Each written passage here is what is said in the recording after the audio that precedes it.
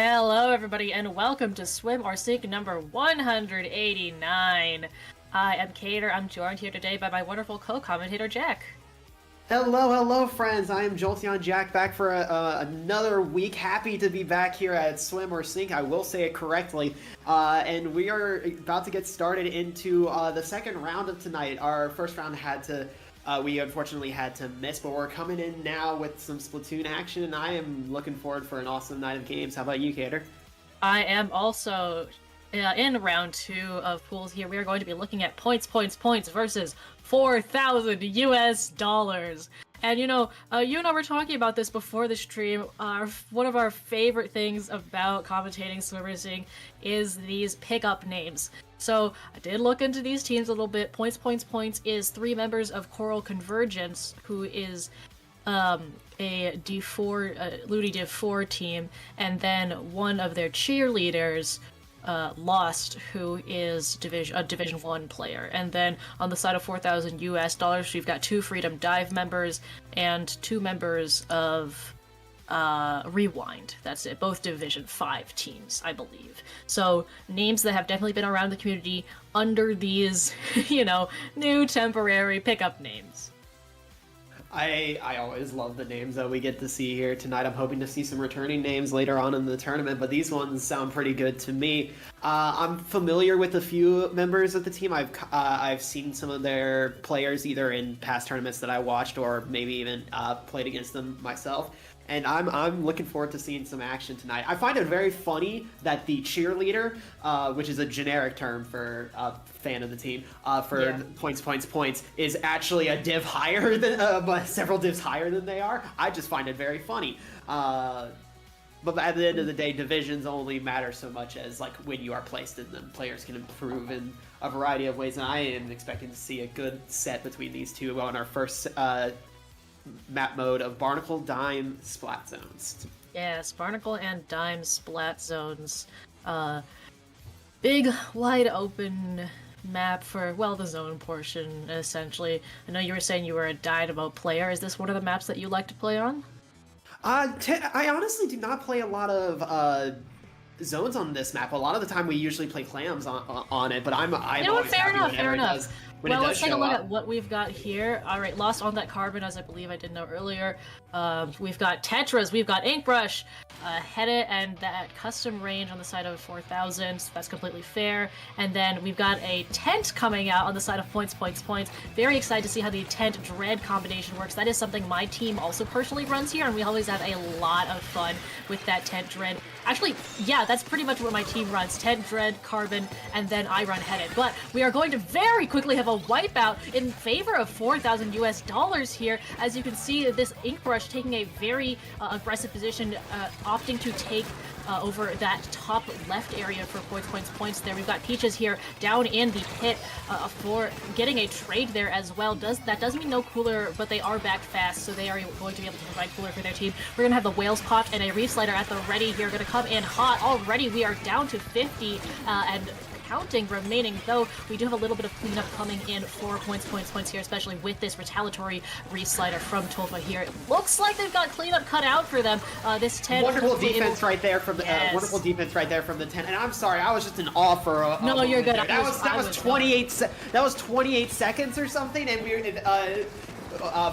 4,000 US dollars was already able to get a wipe and hold the zone, and they only have 4 points left, and it's looking like this is the end of the game. That was less than a minute and a half, I think. It shows you how fast. Shows you how fast the moment that zone gets captured going. That's how fast Splatoon can be in terms of a game here tonight. You were talking. I wanted to mention it, but then all chaos broke loose. You were mentioning the Dread Tent combo. Tent is such an amazing weapon to build around in terms of comps. It's so high technical skill that seeing players actually be able to use it perfectly, such as blocking that triple splashdown right there, as we saw in the last few seconds of the game, is always amazing. But a pairing almost as strong as the Dread and the Tent is a Tent and a Roller, something I very much know. One of the varsity team at the university I play at, they ran a Tent Roller comp, and I did not have fighting against that, even though my mentor, the Roller, I learned a lot from that, but that was not a fun comp to fight, let me tell you. I would completely agree with that. Yeah, we run Tent, Carbon. It's super fun, especially on Umami is another map, zones that we love to run that combination on. And yeah, that combo is really just deadly. But man, that was very, very dominant for 4,000 US dollars there. 100-0 just like that. We are going to hopefully see a little bit longer of a game here as we head into Rainmaker, Undertow's Spillway. As, you know, no more Splatoon 2 Rainmaker moments. We do have at least one checkpoint to go through. Looks like Points is going to stick with that comp. We have no changes from what we saw before. Let's see how these teams open out here. Yeah, this map is a lot bigger than Barnacle and Diamond, also with those checkpoints. Both of them have very secure areas on this map. It will very much be a more contested game. It's very hard to knock out on this map. We're seeing a bit of some scuffles out here in mid already. A cooler coming out from Points, which is matched immediately by a stamp right there. Points already down 2, allowing 4,000 US dollars to pick it up, but Tufa coming in right here with the Reef, able to get 3 before jumping out and somehow managing to avoid that Rainmaker shot. Excellent use of quick super jump, and this is going to allow Points to reestablish some area and hopefully get into this game. Absolutely, we're going to see Lost pop this Zuka here. They are on the Carbon. Zuka goes up to check, not quite finding their target, but still they're going to, getting the assist there. Rainmaker Carrier is going to take that all the way up to the checkpoint. Looks like they're going to get that, and a wipeout as well in favor of Points. So they're going to take this and immediately run it, getting more points, going beyond that 40 mark. You see the Reef Slider trying to make a bit more of a path for the Rainmaker, not quite getting it though, but Tufa's still having a lot of presence around this Rainmaker despite their team being 2 down. Rainmaker pop does go to 4,000, I believe, and they're opting to jump out to meet up with the rest of their team.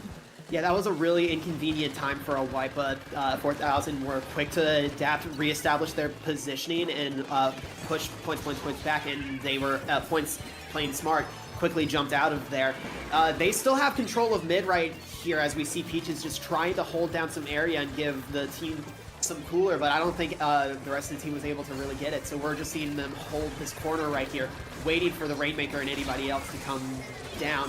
Some flanking right here from the Tetris unfortunately go down. It's a 2v4 in the favor of Points, and they, with that Reef Slider, they're going to try to move in right here, and the Zuka, they are looking to end this game now.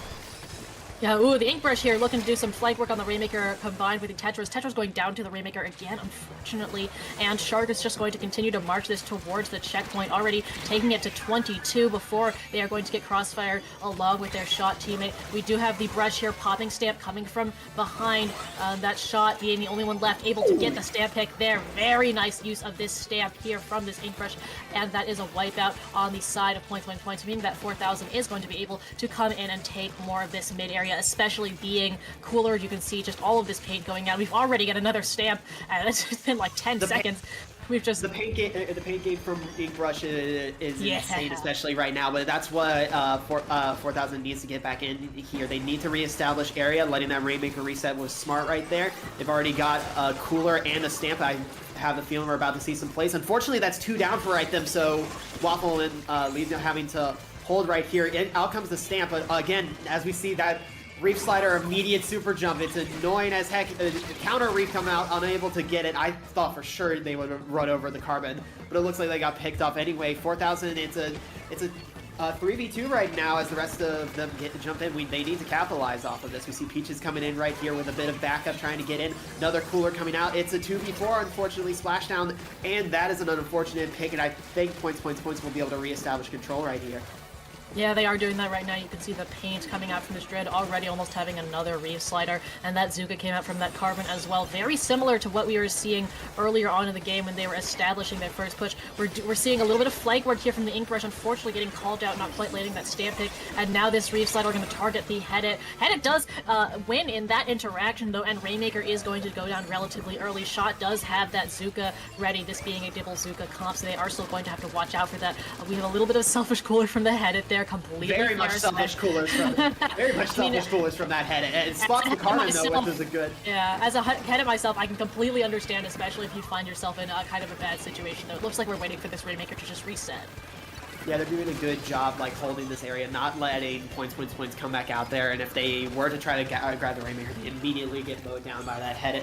They need to establish control with only 45 seconds left on the clock. A less selfish Cooler coming out right there. That'll at least be able to get some, and Peaches is looking to pick up the Rainmaker right here. They have 2 down, and they need to capitalize, but unfortunately, that pencil, that amount of range and good sightlines on this map, they're just hoping to poke at that Rainmaker until they can't no more. The Reef coming out as well as a Stamp is going to allow them to quickly advance up there, but it looks like the Rainmaker's by themselves. Rainmaker's by themselves still, yeah, able to break through the checkpoint, getting that Reef Slider pick, though. You can see just how much attention that Stamp attracted, and now we're going to see the second portion of this push from 4,000 US dollars. Yeah, I love mixing up team names. They're gonna get picks. We're gonna see a fight with the Blaster though, and Sam here just going to go onto the. Going to get taken out though. We do have a jump in from their Inkbrush teammate here. Peaches here, very nicely using the Great Chest as a Splatling should, and they're going to take it up, get the lead, and that overtime push. Very, very nice gameplay. So despite a very dominant game from points, we're going to see the overtime comeback here. That was some good positioning and patience right there. The headed, I cannot remember the player name at this moment. Peaches.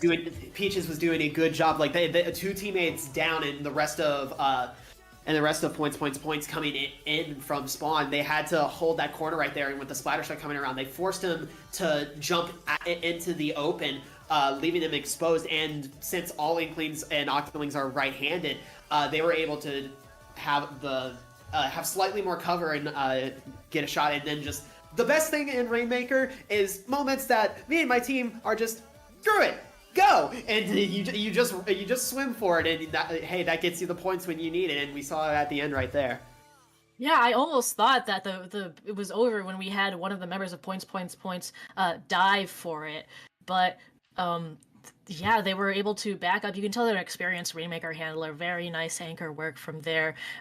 Great push from 4,000 US dollars to go in and win that set. Clean 2-0 from 4,000 US dollars. That will be advancing, and we're getting ready to go into round 3 right here. Yes, we are. Ooh. Oh, and this will be fun to me. After last week, we have a returning team from last week, which will be 07 Honorbound versus Flower Eggs Panko. We'll be getting to that just shortly now. Whew. Yeah. Well, I believe we're gonna see that set up. But I don't think we're gonna go to a break. I think we can just keep yapping about these teams, which, while we work behind the scenes to transition to those teams on round 3 that we have, Flower Egg Panko, one of my favorite teams logo-wise. I think they have a super cute logo, and 07 Honorbound, like you said, a team that we've seen before in SOS. There's our rosters right there.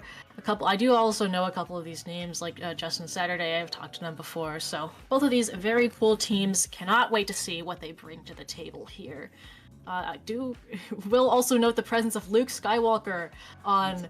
Sir, it's an honor. Can I have your autograph?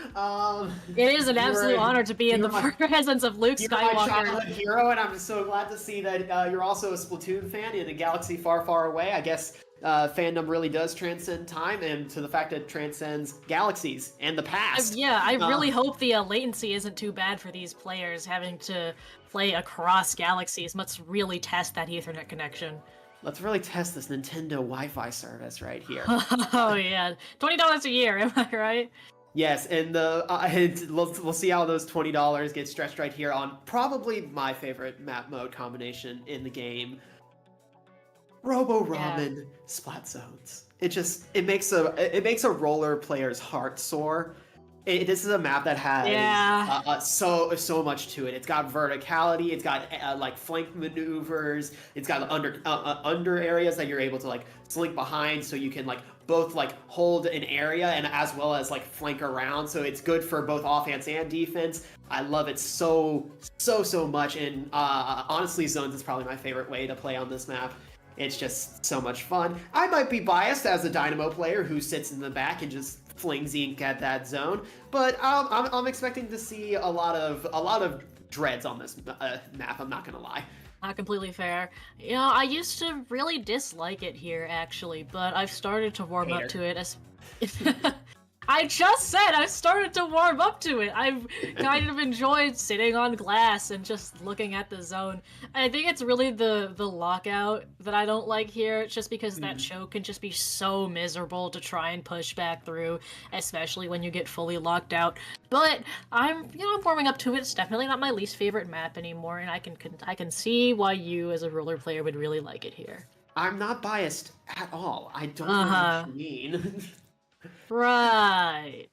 Yeah, the zones, it can be a bit hard to get back in the game as compared to other modes. I know in like Tower or in Rain, you more so play with the area rather than just like the single like choke point of like, your left and right entryways into the map. Because, obviously the Tower and the Rainmaker go down into the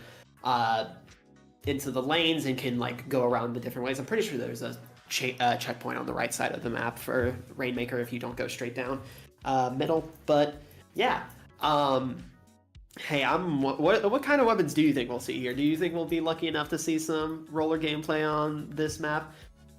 Well, I'm looking at the weapon pools of what we've got here, and Flower Egg Panko does have a couple of flex players. Sky has Carbon Deco listed on their bio, so it is definitely possible we see rollers of that regard. I'm also seeing buckets listed on some of the weapon pools in That's no surprise either.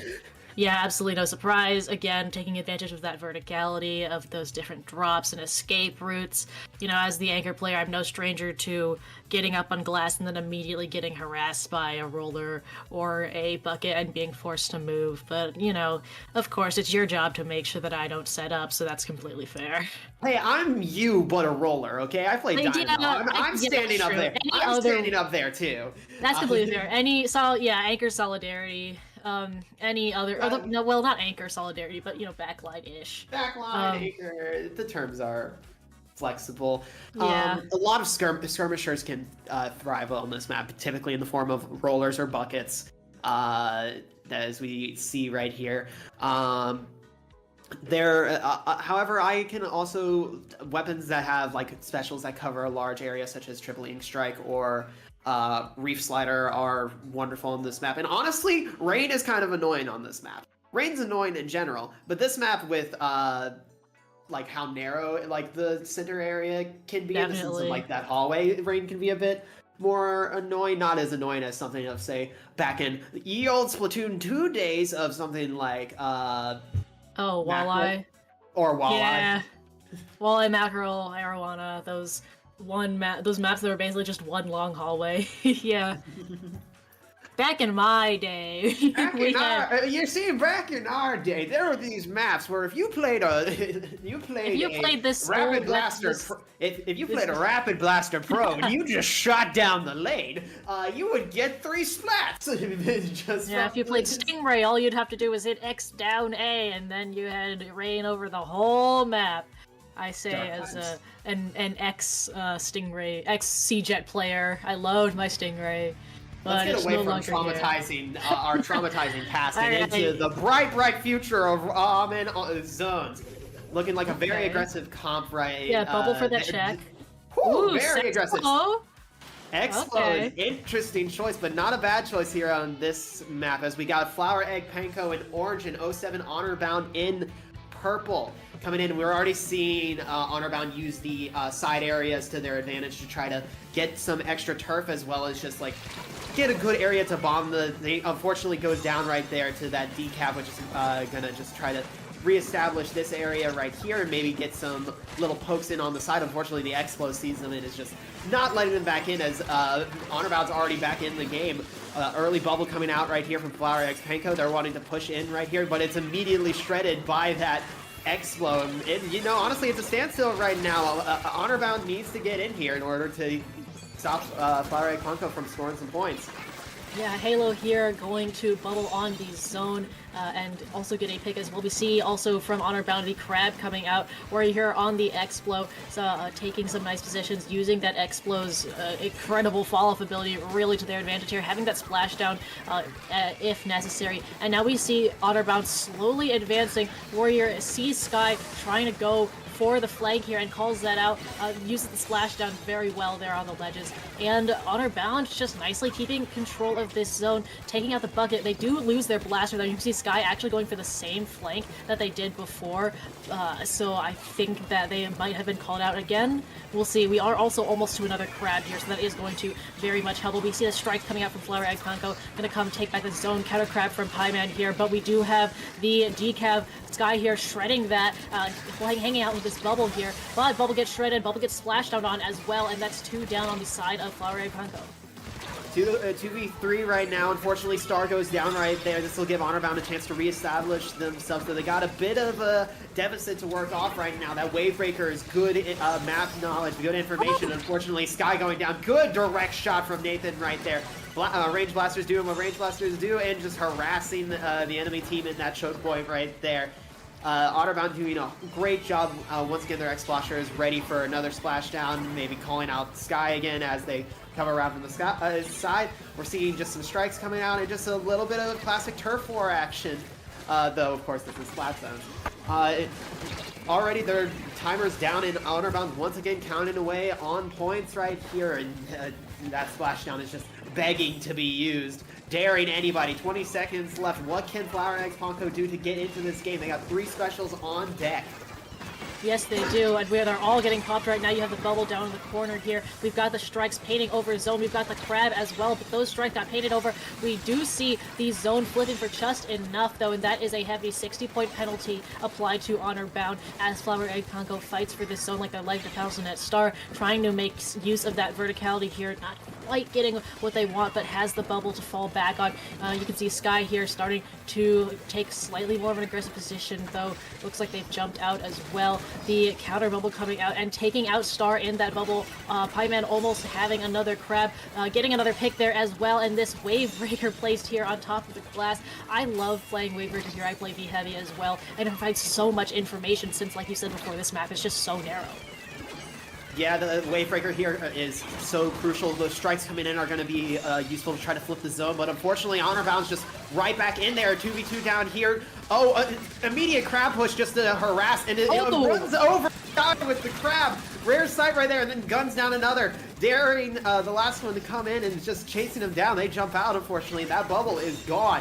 Wonderful usage right there from Pieman. Man, it's been a long time since I've seen somebody run over somebody else with a crab, but Pieman is still absolutely just using this spot of the map to its full potential. You can see all the dodging going out here. Flower Egg Panko's gotta pop that strikes and try and get back into the zone. Snatch control for a minute, but Pieman is still unstoppable, going to push in a little bit more, and just so much pain is going on. We already have another crab on deck for them. They're going to crab from this very aggressive ledge here, stop Star from setting up, make Sky divert attention to them, finally get taken out, but Sky gets taken out by another person, and that penalty is already single digits. Warrior here with that splashdown on the zone, using it to seal the deal for that first game. That was a great first game right there from Honor Bound, showing their offensive might and dominance, as well as their adaptability, because they did get pushed back in that deficit, and that's a little mental reset right there. You can't get cocky just because you're about to win. And hey, they were still able to pull it back, and that's awesome to see. I loved Warriors' slashdown usage in that game. The early on flank check on Sky, I see you right there, and you're just immediately. That's one of the great things of the buff.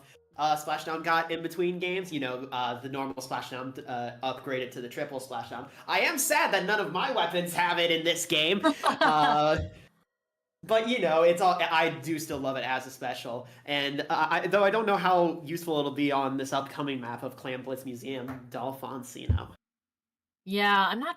I mean, I think not sure if they would keep the Explo pick here for Clam's Museum, especially if you want something. Depending on how fast you want to move, Museum Clams, not necessarily the fastest Clams map out there, but it as a mode in itself wants the ability to move around with the team to be flexible in its positioning.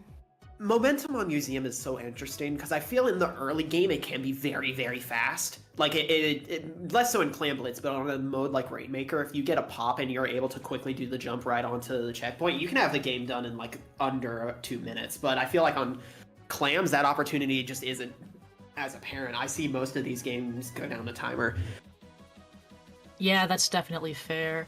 I think having to have that large move from mid to plat kind of feels like another checkpoint in and of itself to try and get to the clan basket, which I think contributes to these matches feeling a lot slower, perhaps.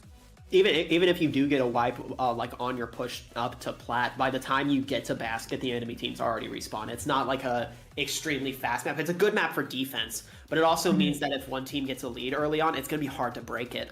But given how offensive both of these teams are, honestly, I could see it going maybe a bit faster, especially if Honorbound has as much aggression as they did in that last game. The offensive crab is something you don't see every day, but hey, I love it when we do see it. And as you were saying, the crab run over, not always a tactic you see, but hey, when a decapitator and a shooter are coming at you from two angles, you might as well. You gotta do what you gotta do, yeah. I am looking at Warriors weapon pool here on Sunday. They've also got Slosher and Range listed, as well as Splash and Pencil, so those are definitely fair. Do you remember, was Honorbound running coolerless?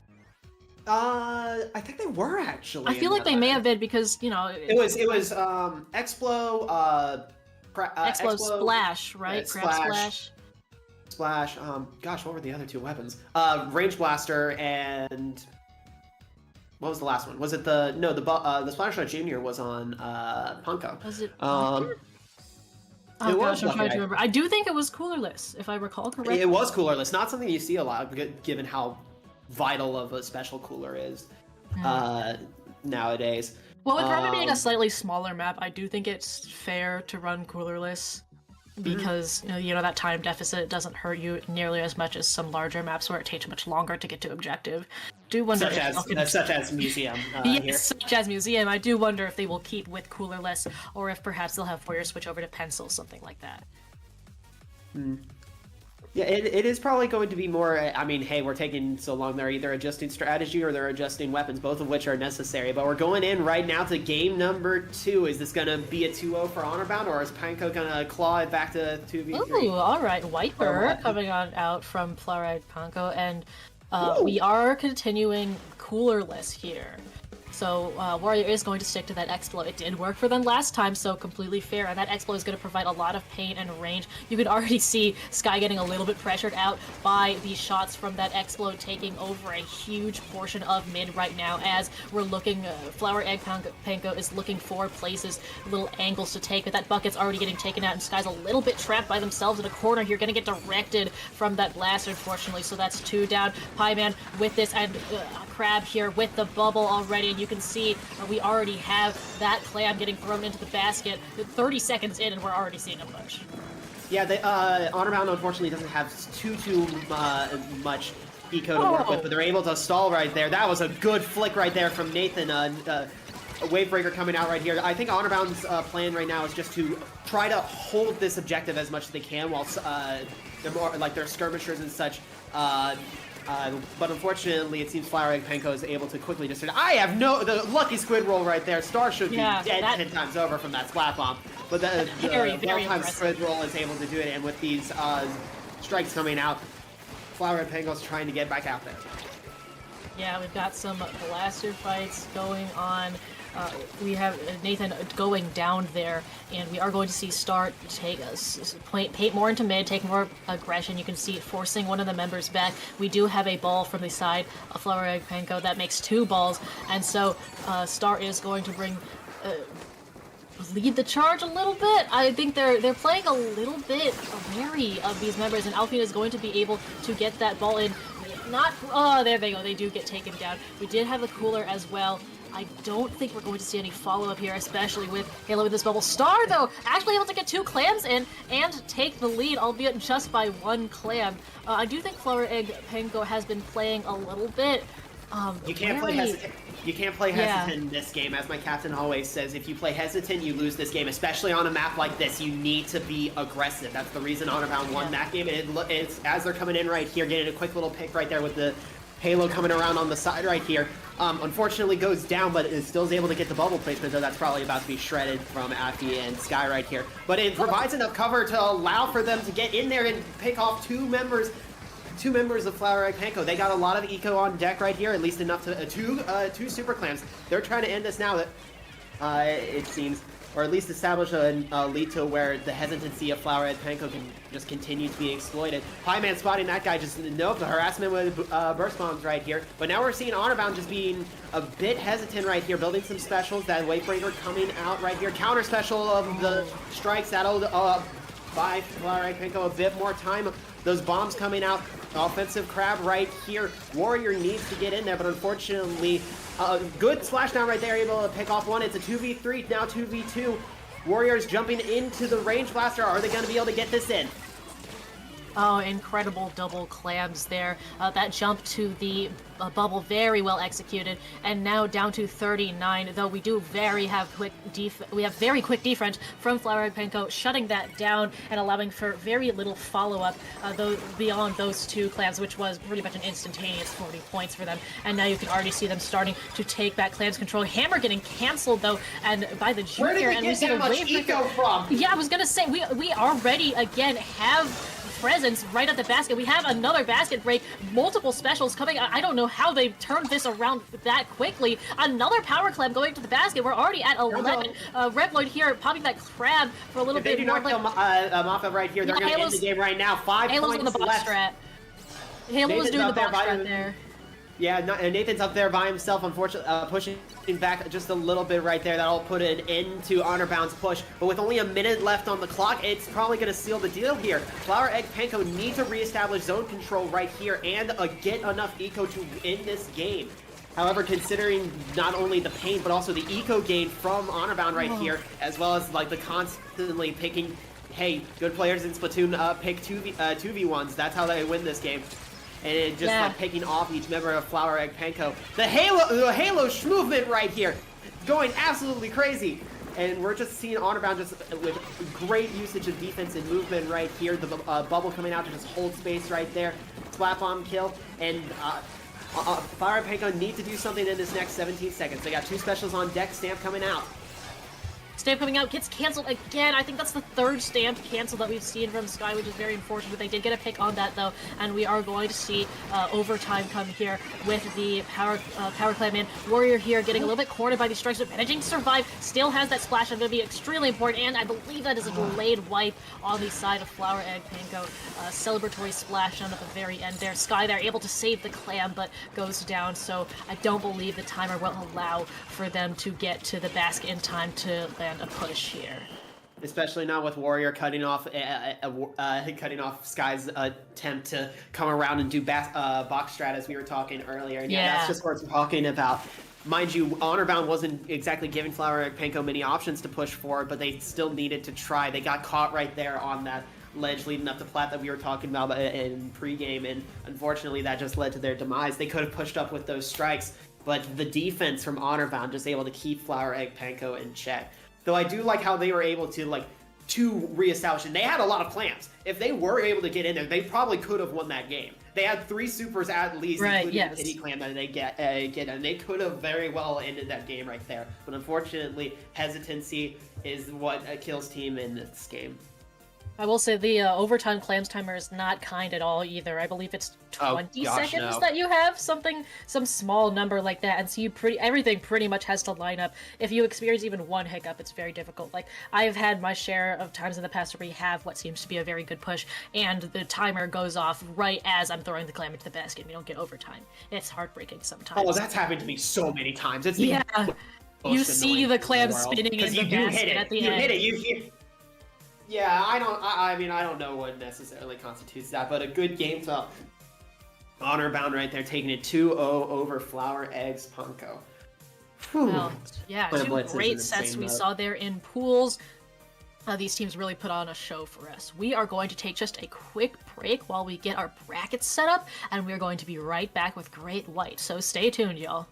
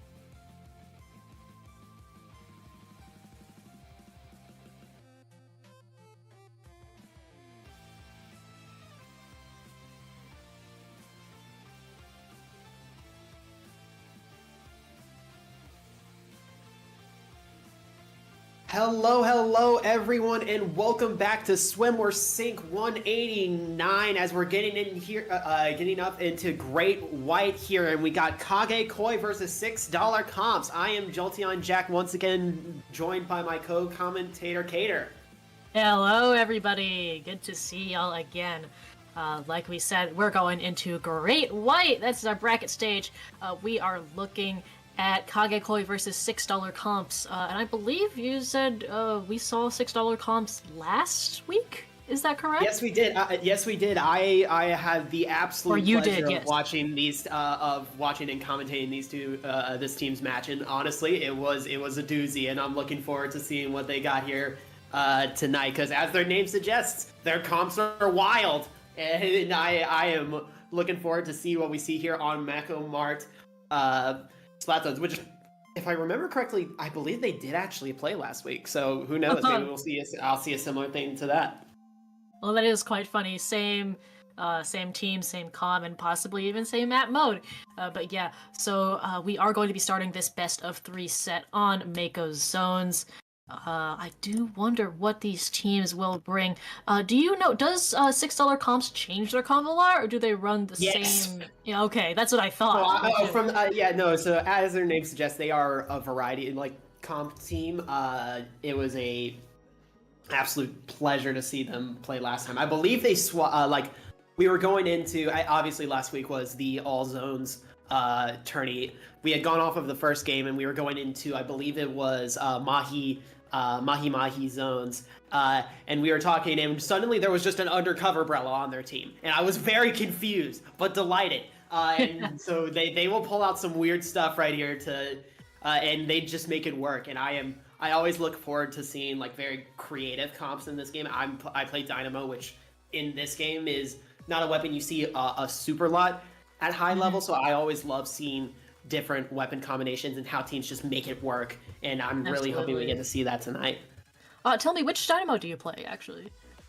Depends on map mode. Typically, I play Gold. That's what I've mostly played. However, especially after getting into competitive scene myself, I discovered like the value of Cooler much more.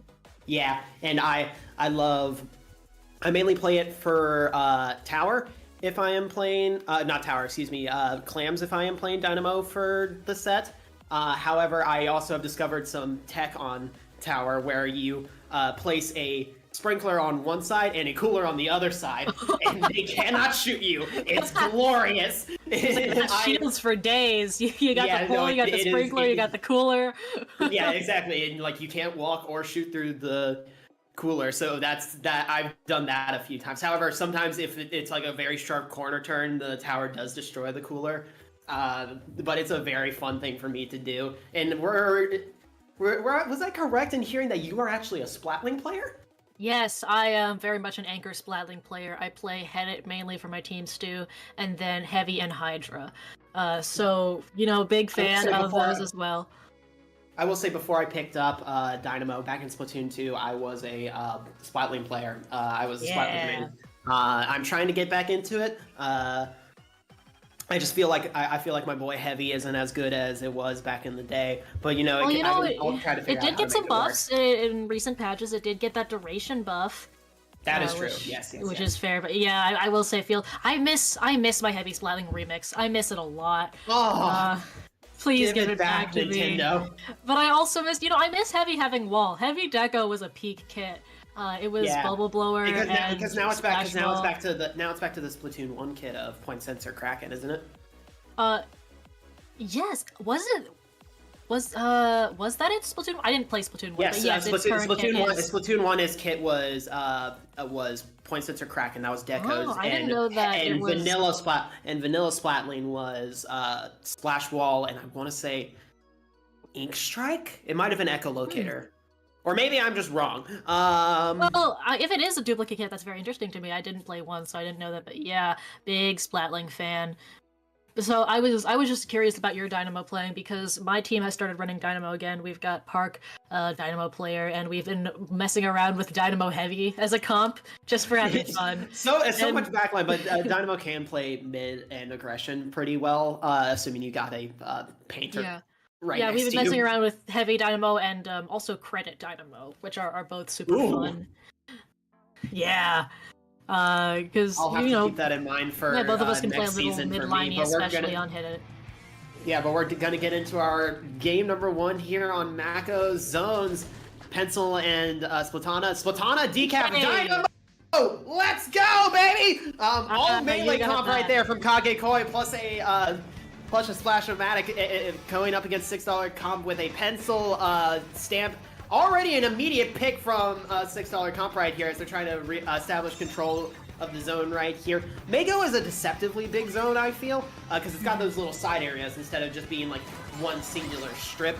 $6 comps quickly trying to establish themselves right here as Kagekoi is doing their best to just hold them off. Unfortunately, the Dynamo goes down right there, which breaks my heart. But Kagekoi's got the lead right here, and they're just trying to hold this area as $6 comps needs to thing about this comp, they need to work together and that to get some picks. That Zipcast forcing a retreat right there from Kagekoi and allowing $6 comps to take control of the zone. Yeah, we're seeing very aggressive positioning. No bubble there from Lazy Cat, which surprises me a little bit. Unfortunately, they do get taken down, and we are going to see the cooler up and the strikes up here for Kagekoi. I will say, by the looks of the team tag, these are actually $5 comps, so we're going even cheaper with the comps today. It does seem to be working out relatively well for them, though, as they are slowly taking back possession of this zone and popping that crab and the bubble as well, forcing Gabe here off of the stack. Gabe does have the Zipcaster at the ready. Not going to get to use it, though, because that decap in the bubble is going to take him out. Full positioning on this stack here, and now you can see the aggression going in, the paint going up. Lazy Cat here on this decap is able to take a more aggressive position and get a jump back, though, try and get that cooler. We're already at 20 remaining. We are going to see the crab come out here, but on this double pick right there from the Stamper, and I mean, hey, I was about to say, only in Splatoon will you see a chainsaw stamp versus a motorized toothbrush, and the toothbrush will win in that encounter. We see Kagekoi doing a good job of giving $6 combo deficit here, but $6 combo was quickly able to reestablish control of the zone. However, their aggression is being met head-on. Kagekoi, this is clearly a very aggressive team that $6 comps is up against, and they need to be working together, playing smart. Lazy doing a good job of taking space right there, being aware of any flanks as we see Rice coming out. 2v2 right here, Dynamo and Splash versus Stamp. Stamp's got that Zipcast, which is coming in right now. Counter. Oh, the Zipcast actually didn't come out. That was just a pencil shot. I should get my eyes checked, everybody. The crab doing a great job right there, buying enough time for that cooler to come out. Unfortunately, that's 3 down on $6 comp. The cooler will mean they'll get back in there quickly, but it allows Kagekoi to get a clear zone advantage and just try to establish some control. Gabe pushing very aggressively, maybe getting too aggressive, holding on to this angle right here. Kagekoi needs to push in. Yeah, good angle for Gabe to hold right here on this alley. Has that zip catcher at the ready as well. So really just kind of waiting on an opportunity to zip in and get more picks. And that timer very quickly approaching the 10 that $6 comps was stopped at. We do see Gabe using the zipcaster going all the way around, but getting recalled before they can quite find anything. That decap going down, though, which is very important for $6 comps. They're not having that aggression, forcing another jump out here. Gabe getting another pick. The king of the stack right here. We are going to see that bubble get popped as $6 tries to force their way into the zone. That Dynamo putting out a lot of ink onto the zone, able to get the somehow. I have no idea, but I guess just for a second that was enough. Paint, baby, and we see a crab coming out right here from $6 comp right here, able to get a few picks. That cooler means that Kagekoi will be able to get in there as quickly as possible, ready with a counter cooler of their own. Hey, one of the best uses of cooler is the fact that it saves your special charge, allowing for Henya right there to get a quick little splat, though immediately countered right there. We're seeing some aggressive play right here, though a quick jump out and Kagekoi's back in control of the zone right here. This game's looking pretty even as we go into 1 minute left on the clock. Kagekoi needs to hold it for about 50 seconds in order to tie. And with just that much amount of time, this game very much might go into overtime if $6 comps is not able to get out here. They cannot afford to feed right here. That Dynamo getting bullied by the pencil, as I often do, with a Zipcast coming out right there. Able to get one pick. Another thing coming out, able to get 2 though before going down. And that is a great little thing. They got 10 seconds left, Kagekoi, before they take lead. $6 comps needs to get in there. Strikes hoping to secure the lead, and they get it! Yeah, we've got the zip coming up, but getting taken out, and that is going to be the knockout, and that is going to be the comm error for the stream, I guess.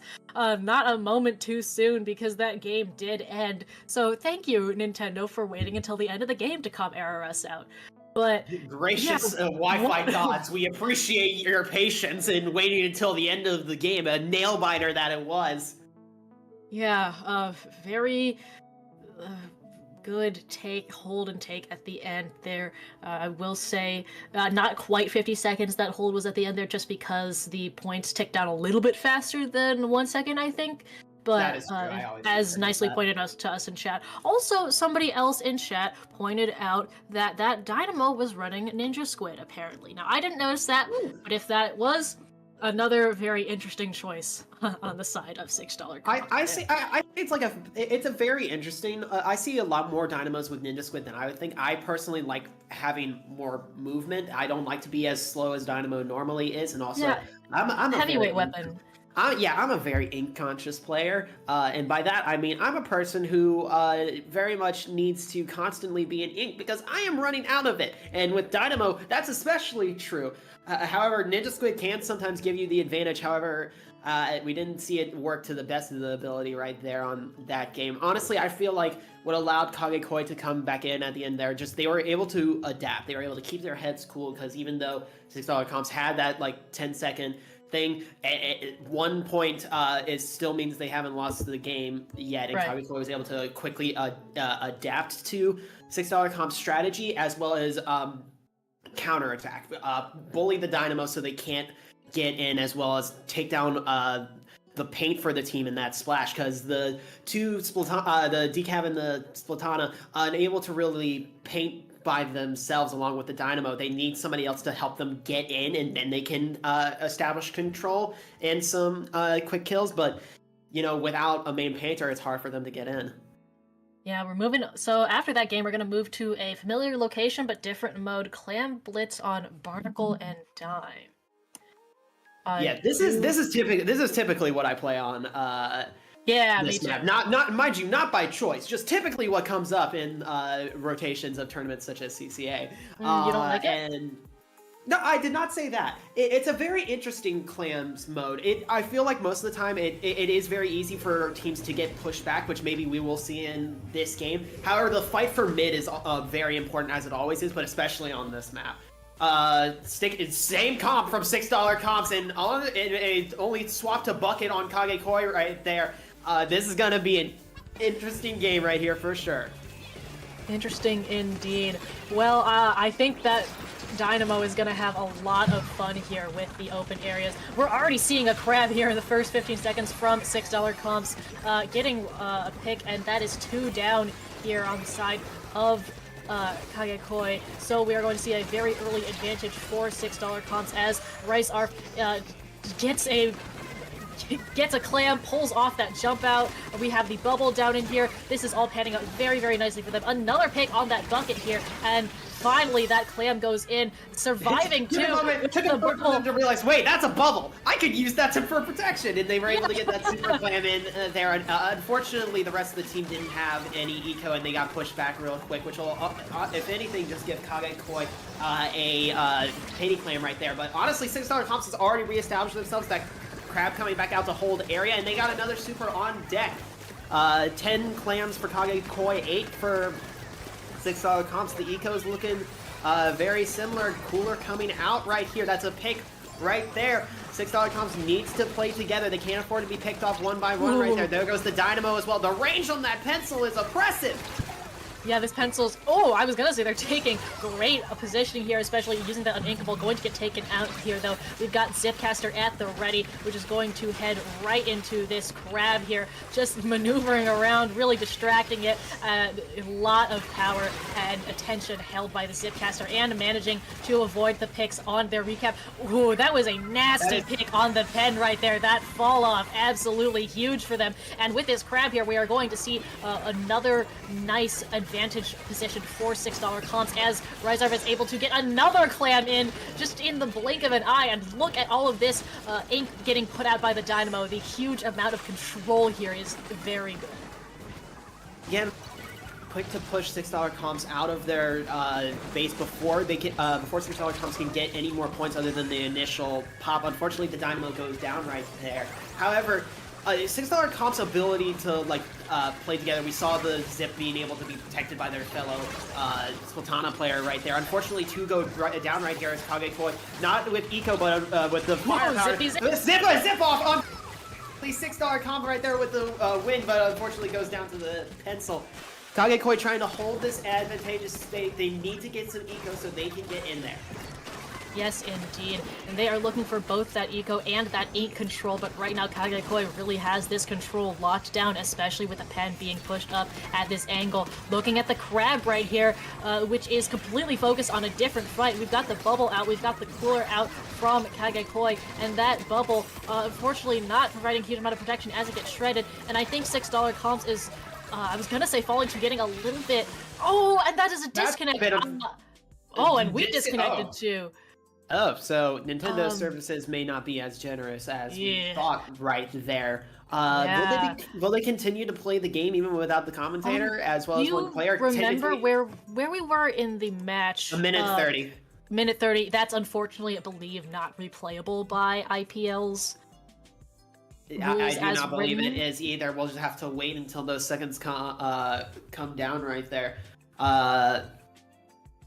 I will say, with what little we were able to see of the game, we're very sorry, folks, for the inconvenience. We'll figure out what happened in just a moment. Unfortunately, Nintendo Wi-Fi is just like this sometimes, and we all just have to deal with it. Yeah, we'll hear from the teams, hopefully, what happened as this match wraps up in the last minute and a half. But, yeah, very unfortunate. I will say some funny things that we were seeing were a lot of special offs. Like you typically see special offs in this game, but it's not typically the same special. Like the most common that I've seen is either Zuka v Zuka or Ink Strike v Ink Strike. However, we saw Zipcaster v Zipcast and then Crab v Crab, which I think Crab versus Crab happens relatively often for special battles. I've seen it happen a good amount, but yeah, I don't think I've ever seen a head-on Zip v Zip before. That was very entertaining. My teammate Ashlyn would have loved to see that and potentially be in that, considering they play an Octobrush and is definitely the craziest Zipcaster player I have ever seen. And I mean that in terms of skill, but also in terms of mindset, because I have seen them on various occasions Zipcaster directly into a firing Hydra Splatling, and they die only like 50% of the times. Yeah, as the Hydra Splatling that gets Zipcasted into, yeah, it's scary. Yeah, but there are times like Ashlyn, stop doing that, and then she does it again and gets a wipe, and I'm like, okay, never mind. So Zip is just a special that is like highly dependent on the skill of the user, and but it's typically paired with aggressive weapons such as Squiffer, I guess, but also Stamp, Octobrush, Carbon Roller. You just see it all over the place, and it was fun to watch two of them fight right there. Spider-Man versus Venom right there at the end. Yeah, I have a teammate that plays Carbon Deco, and sometimes he will completely seriously pull out the V-Carbon and just Zipcaster and explode everybody on the other team. Yeah, he is, but he's great. It'll be like we'll be all respawning, and I'll be like, oh hey Shoes, you should jump back, and then he's like, nah, and he gets for a wipe, and then we're all just sitting there like, oh, I guess we can push now. It's kind of crazy. All right. Looks like from the reporting, Kagekoi won that match from what I can see on Sendu. So that match is ending 2-0 in favor of Kagekoi. Very unfortunately, Nintendo not permitting us to see the end of that match. I'm shaking my fist at the Nintendo gods right now. Also, shout out to y'all in chat having some nice conversations. Thank you, Plant, for the compliments on the commentary. And Carbon Zip is in fact real. Unfortunately, you will just have to deal with that reality. And it does indeed have Autobomb as a special, as a sub weapon. Go my chickens. Whatever, go my Autobomb. All right. Well, I believe, as unfortunate as an end that is it for us as a com block question mark. I believe that is true, which saddens me because I was having a great time commentating with you, and a slight bit anticlimactic end, but we will be switching off commentators right here. It seems, I believe, yes, it was just confirmed. Yes. I will keep So, rambling until I am we are prompted not to. Well, here's your prompt. We're going to be handing off the mic to Topic and Frostix. Believe that is a classic duo here at IPL. So you are going to be in for a treat when we come back. Right before we switch, though, Jolteon Jack, where can the wonderful people in the audience find you on the internet? I have a Twitch of the same name, which is just Jolteon Jack, as well as a Twitter, which is the same, just with two twos at the end of it. I do not have any content really on them so far. We will probably be changing that in the future. I'm an inspiring voice actor, and hopefully I'll be putting some stuff out there soon. Where can we see you, Cater? That sounds lovely. You can find me at cater.inkling.social on Blue Sky and Twitch of the same name, where I cast a bunch of other things. I stream for some organizations, and very recently have been elected community service officers student at Purdue. So we'll probably be posting some things about that as the school year starts up. I do art as well. I will also be at Riptide. If any of y'all in chat are planning to go, you can find me there. Hopefully I will be on the mic there for the 5th year in a row. Fingers crossed. Oh, you're just a cool person, is what I'm hearing. I mean, I try my best. But want to shout our streamer Rin real quick. Thank you so much. Thank you so much, Super Rin. But we have so much more action planned for you guys in the rest of Great White as we switch commentators. So stay fresh, stay hydrated, stay tuned. We'll be right back.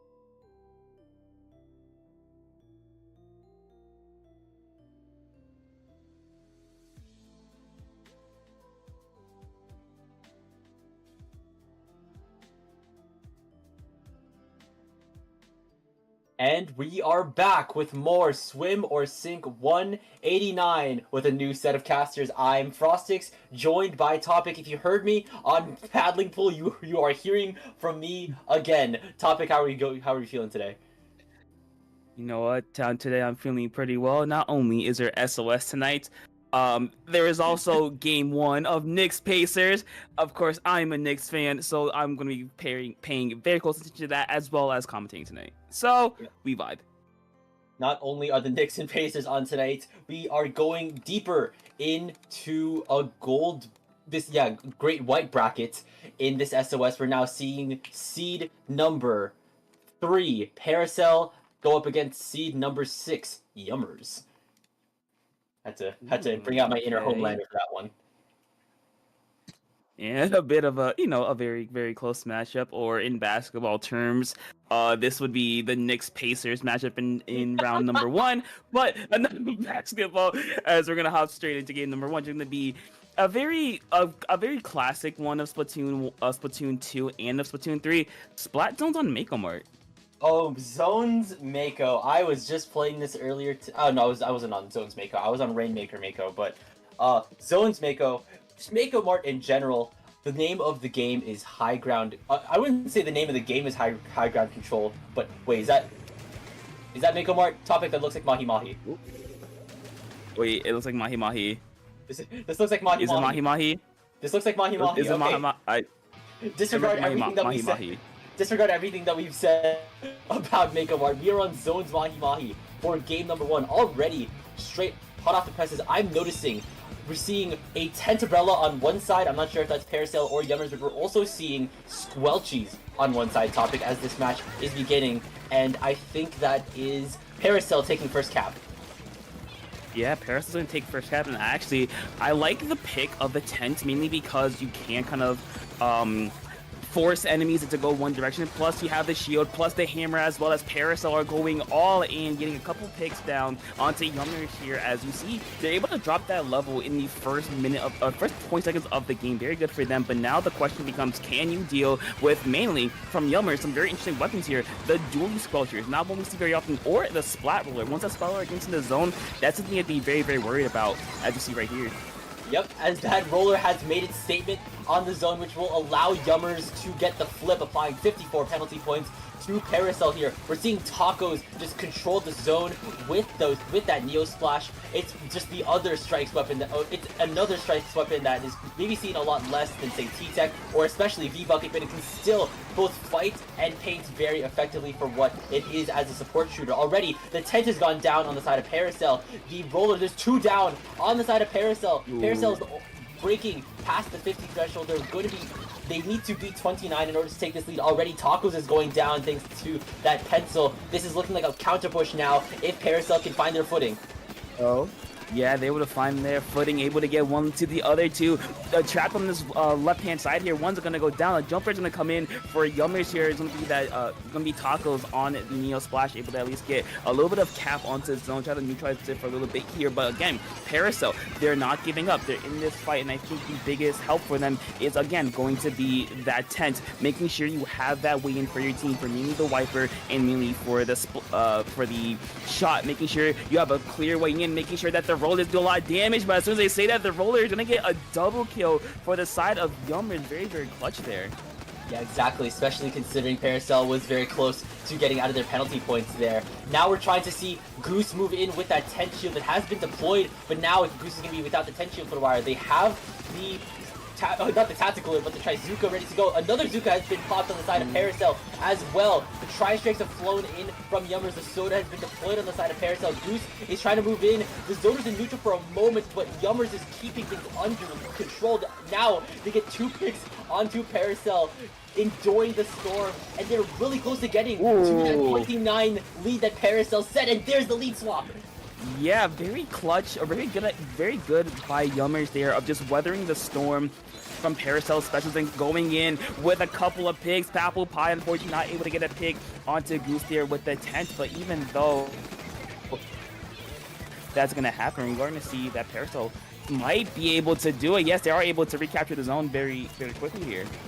Yeah, and that being said though, they have a long ways to go. They basically have to go through their entire score in penalty points and then go 20 points further in order to beat the points of 9 that Yummers set earlier. We're seeing this pencil trying to get some more chip damage, but here come the tri-strikes from Yummers. The zone has now gone into neutral here. That pencil being forced to relocate, and there's 2 members down on Parasail. This won't be good if Yummers can manage to push up and just apply more pressure onto Parasail. There's no specials online outside of that Trizuka. Oh no, the pencil went down with coolers. This could be drastic for Parasail. Yeah, very, very unfortunate for Parasail, and Yummers are just gonna take that 2-day advantage, getting 1 member down. No Zuka for Parasail for now. Apple Pie trying to get a couple picks here, trying to, you know, start from the ledges as rollers like to do. As you see, in the last minute of the game, there's Goose with the Zuka, able to get 1, but they're gonna go down instead. It's gonna be the shot there, and the pencil, and the wiper. All 3 members are gonna be there in the zone. They're gonna neutralize it, possibly get it. Tacos is gonna go down, and actually, by the skin of their teeth, Parasail is able to hold on and try to force back Yummers, but that was just clutch when they needed it. Absolutely ice cold, no pressure whatsoever for them. That being said though, pressure is constantly on them now. There's under 30 seconds left for Parasail to take this back. They're out of their penalty points. Here comes the wave breaker from Soul here, but already Soul's going down to an all-out barrage from Parasail. Here come the tri-strikes. This could put it into neutral. Can Parasail respond with enough paint here as the roller has popped the bubble? The zone is in Yummers' hands. There's 5 seconds left here. It's only Goose left on the scene here. They're being outnumbered. Goose is almost down. No! Parasail won't be able to take that back, and with a last second retake by Yummers, they will take game 1 99-88. Yeah, Yummers, very good job. Like we've pointed out multiple times within that game, they really did a good job of weathering the storm per se. It was Mahi, not Mako. Our bad, but they did a really good job of weathering the storm, of not getting overwhelmed by Parasail's use of specials. They did a really good job of like scattering just far enough to where the Zukas wouldn't really affect them as often, or the hammer didn't have a clear path to getting a pick or two. They scattered and they all came together once they were all over, when they were all finished, and they just took over the game from there. But Parasail, they showed a lot of fight there. They did not give up easily. Exactly, especially considering, I'm just gonna say, Goose put like a lot of work for Parasail. Seeing Tent is like a sight for sore eyes. You love to see that Zuka Tent kit get some love. We're going into game number 2. Welcome to Clam Blitz on Scorch Gorge. This is a very similar situation to its Rainmaker variant, in which the area in which you score is very, very, very close quarters here. You need to ensure that your pushes are well coordinated and your pushes are worthwhile. One thing, of course, you need to look out for when it comes to Clam Blitz in general is breaking that 60th, or reaching or breaking that 60th point threshold within perhaps your first push. That way the opposing team doesn't have a lot of power clams, or like the opposing team doesn't have a score that they can immediately catch up with. I remember you were the one that told me about that topic. Yes. But yeah, since you mentioned that Clam Blitz on Scorch Gorge can be very close quarters, especially around the basket, well, in Parasail's case, they have the tent. They have that weapon that not necessarily... I don't want to say it's bad at fighting close quarters, but it is good at like forcing movement away from the basket, if that makes sense. So you can get your potential wiper and your shot in there as they keep what they have. And the same for the side. So they decide to keep everything. So if you're Parasail, I think making sure that you can get your tent in and make sure that both Lemon and Cricket can do their job is very important here. Definitely so, allowing those skirmishing weapons to have the space to wreak havoc here. We're now starting this early game in which it's mostly going to involve a lot of clam collecting, ensuring that the economy is on your side. Already, the tri-strikes have come out from Yummers' Neo Splash, forcing Parasail back into their basket. This will definitely allow Yummers to start moving a lot more, unless Parasail responds with aggression. We're seeing Cricket do that right now, using that shooter movement, and as well as the paint provided from the wiper, from the pencil here. Already, I think the clam economy is in the favor of Parasail right now, but still it is anyone's game, as there's only been a couple seconds since the game started. Wow, why am I saying this? Yeah, I mean, the game just started. 45 seconds are off the clock already, but Parasail taking good initiative here, getting one member down. So they're looking for a bit of a flank, trying to get some attention on their side as these squatters like to do, being that very high mobility, very distraction-based weapon as Soul kind of creep up on the backs of Parasail, looking for a couple of pigs, forcing members away. Actually doing a very good job of getting attention onto themselves, making sure that Apple Pie and the rest of them can clean up. Very good job. Even though they didn't do a lot of direct damage, just getting the attention onto themselves kind of helped their teammates push forward there. So very good from them. That being said, though, Yummers still isn't it doesn't have a power climb, but they're already eager to start pushing up on Parasail's basket here. That's a really interesting play. It could just be that someone is almost at a power climb, but with that Ultra Stamp starting to make the rounds, things could look dicey for Yummers here, as there are two members going down. That 10 shield is being fired off towards the basket. Parasail is still in control of a power climb of their own. Goose has a Trizuka ready to go. Here come the Tri-Strikes from the Neo Splash. Already Soul is going down with that 10th Zuka here. I think Parasail is poised to score so long as mid is clear of anyone from Yummers. Uh-oh. I think we saw the roller in the backlines going for Parasail's pencil there. Will they be able to make it? I think they will. Goose trying to force their way in, but Yummers are not gonna let them have it. Taco, Soul, and Apple Pie are all there. Apple Pie gets shut down. There's the Zuka. There's the second Zuka, plus the hammer. All out pandemonium. Everything kitchen sink being thrown at Yummers. Goose gonna get one. The basket is gonna be open, and more clams to follow up, getting two powers, and I believe, and a couple extras, getting down to 45 points remaining, and still going 39, 36, a couple more to go from the pencil, able to get one more 33 points. So Parasail, talk about a first push, getting it down to 33 points, putting a lot of pressure on Yummers' backs here.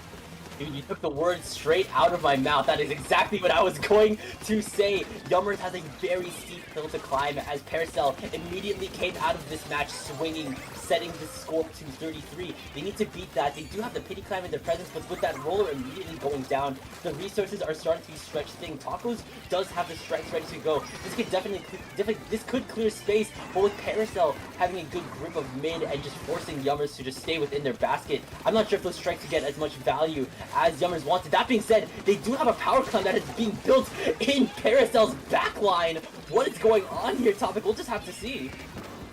We're gonna have to see indeed, but unfortunately Soul there, I believe, wasn't quite able to get or stay alive long enough to get their teammates in and get the basket, and so that will be the end of that potential push. But as we enter the last 90 seconds of the game, it is still up to Yummers to get something going. Tacos here, unfortunate, getting stopped by the rail, and Goose will take them out. Apple Pie going on to the second Zuka. There's the 10 shield. There we go. Parasail opening the basket once again. A couple more claims to follow up with, along with the cooler. They are chilling. They are here for the long run. 22 points remaining, and Yummers also now come back into this. We're going to see a hammer being thrown by Lemon there. Unfortunately, they're going to be forced to back away, but 13 points remaining, 10 points remaining, a minute to go left in this game, and Parasail is all into the base, able to get one member down, to get another member down, but doesn't even matter, as Parasail, while Yummers was distracted with the members in their court, they just kept on scoring, kept on going, and they got the knock. Parasail showing a lot of fight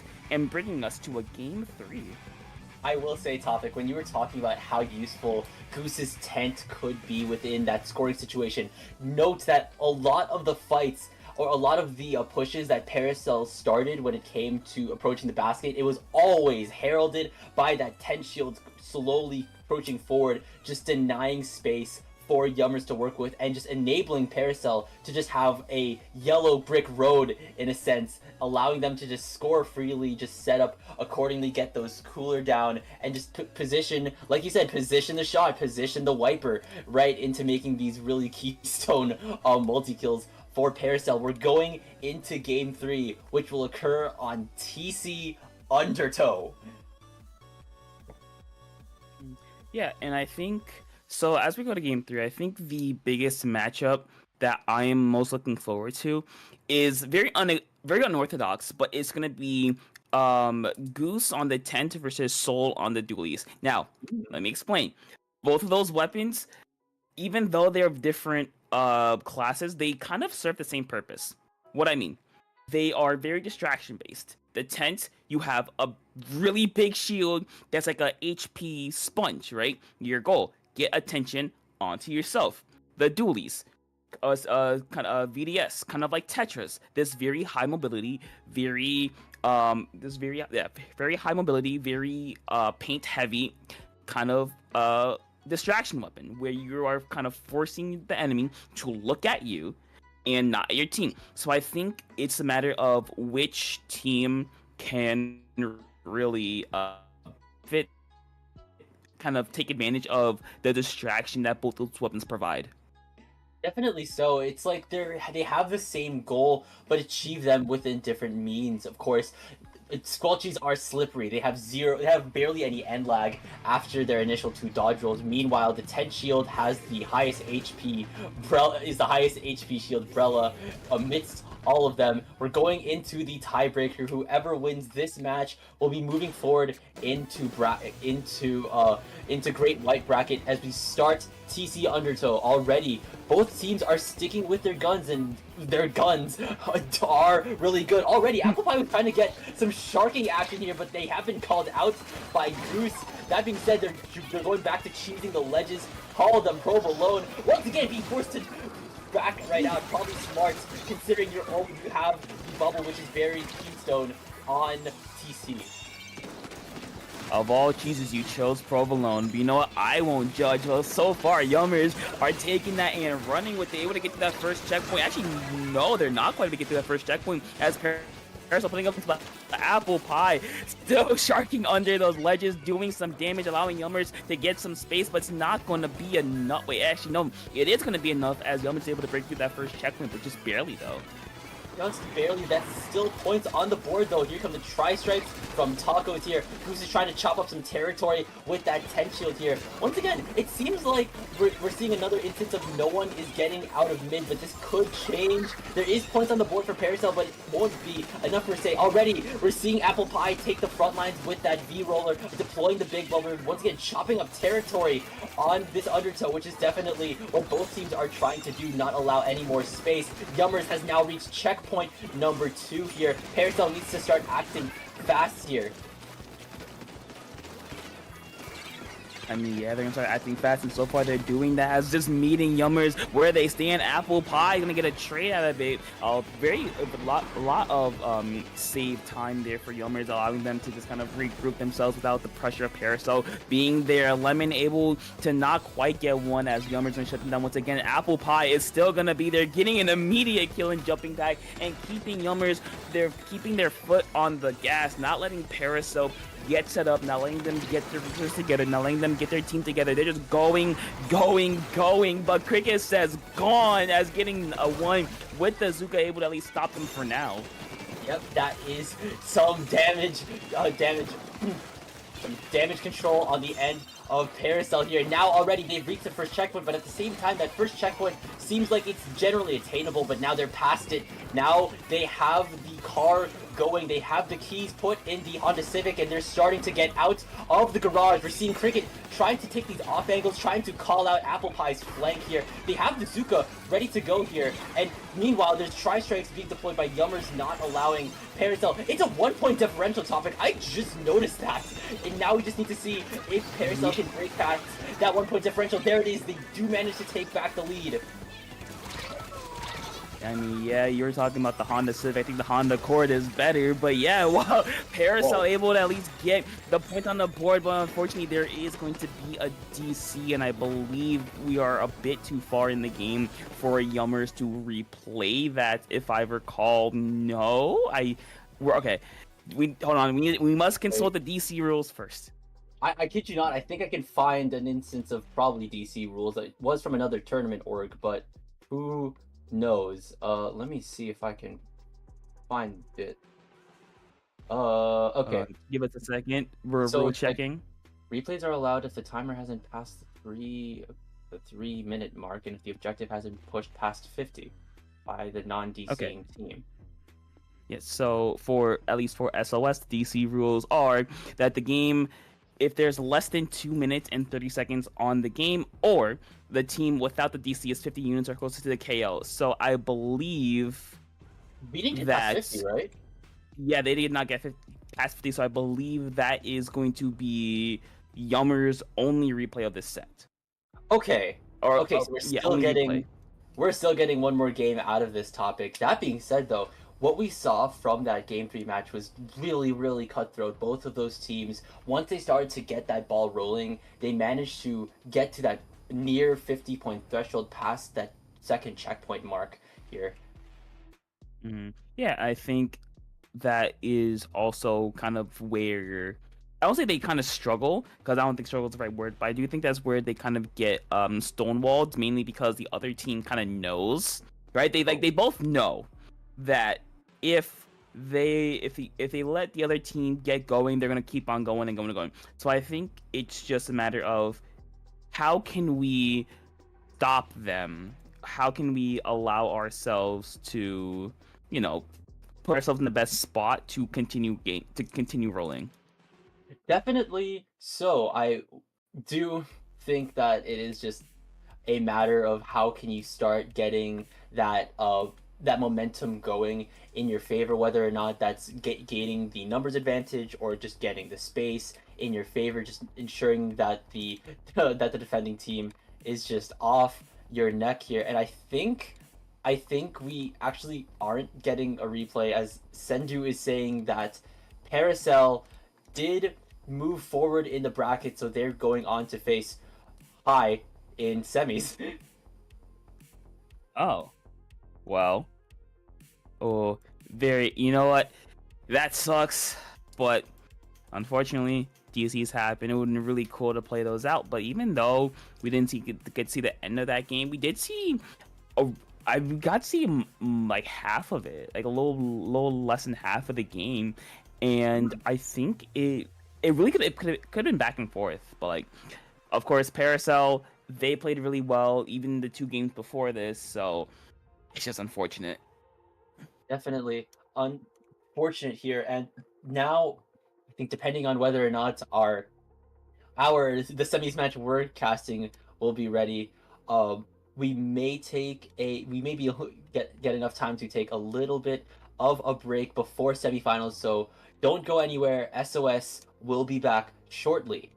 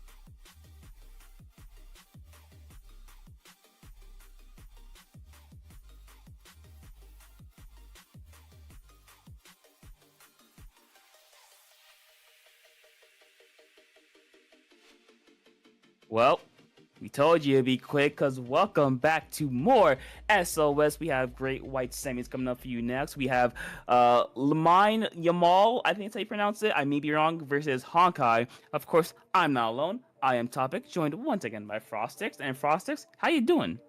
Well, I'm fine. My Fanter is finished. I no longer have means of energizing, but that's fine. I should be high off of a Sugar Rush any minute now. As we go into a much more heated set for Great White Semis, we have now unlocked best of 5 sets. So the sets are longer. The matches will be... the intensity will get hotter, and we'll be in for a much longer time. We're seeing LAMINE YAMAL, that's what I thought what it was before we went into this, and of course Honkai. Yeah, Honkai players we've seen before. Nilla, Umi, Kabitaro, of course, names that I've seen around before. And on I'm gonna say LAMINE. Okay. I might be wrong. I'm gonna say LAMINE. Well, LAMINE, tomato, tomato. Anyway, LAMINE YAMAL, players we've seen before. But of course, we're gonna start like any good set on Hagglefish Market Splat Zones. Now, I've made my opinions very clear on this map. I think this is your final destination of Splatoon 3. Very basic, very mostly flat, and not a whole lot of not a whole lot of surprises from the other team. Yeah, every single caster I feel like has their own nickname for Hagglefish. You call it Final Destination, Sasu calls it the Great Equalizer, I call it the straightest map that isn't Hammerhead Bridge. As we now go into game number 1 of this best of 5 set, we're seeing Billie Jean just hot off the presses of seeing them in Paddling Pool. They're still sporting that Neo Luna. That'll be a sight for Sorai. Same thing with Kagi's Squeezer. Already Tickle's going down. Same thing with Billie Jean. That being said, that Squeezer's gone down. Same thing with that Wiper. Right now, hot off the press of this match, both teams are coming out swinging. Yeah, both teams coming out swinging, neither team giving up a whole lot of effort, but Honkai are going to be the first ones to capture the zone, kind of go for a little bit more. Nilla able to get one member, looking for even more. Billie Jean, though, able to get them with that Luna Blast that you were talking about earlier, but unfortunately they're going to go down to a torpedo from, I believe, Taro there, but Honkai still able to get some nice control, and now it's a matter of can they hold on, can they fend off LAMINE YAMAL for the time being. Definitely so here. We're already seeing Rumi trying to cheese the ledges, call them Gouda. They will be able to take out Billie Jean. Billie Jean just cannot catch a break right now. That being said, the zone has gone into neutral, but at least Honkai has gone halfway through their points. Both teams are 2 members down here. This has been a trend across this entire match topic here, and Ruby's just jumping in and out of the fights here, just wreaking havoc with this Wiper, just making sure that LAMINE YAMAL just cannot cannot step foot onto mid. But with 2 members down on Honkai, this could be the trick of hands that LAMINE YAMAL have been looking for, as they will flip the zone and give 66 penalty points to Honkai.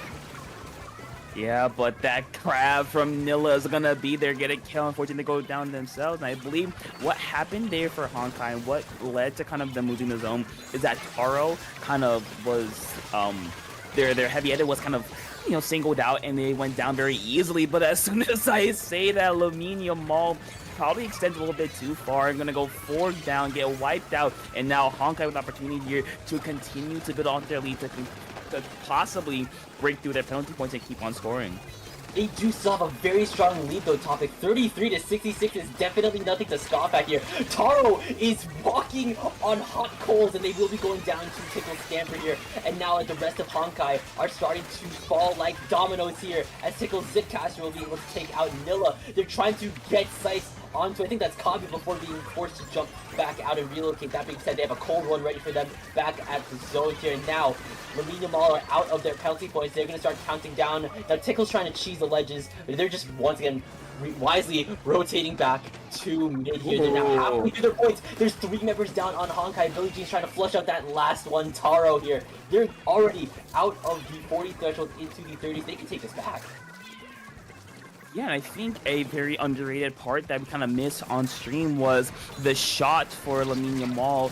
Just getting, I believe, a double kill with their Zuka, kind of allowing LAMINE YAMAL to get in there. But Honkai immediately taking back that zone of kind of flip of fortune there, going 3 members up and allowing themselves to get in here. And now, as we enter the last 2 minutes of the game, is can they hold on? Can they fend off LAMINE YAMAL's advances here as Taro, again, with a very aggressive, heavy edit, which is working out really well for them.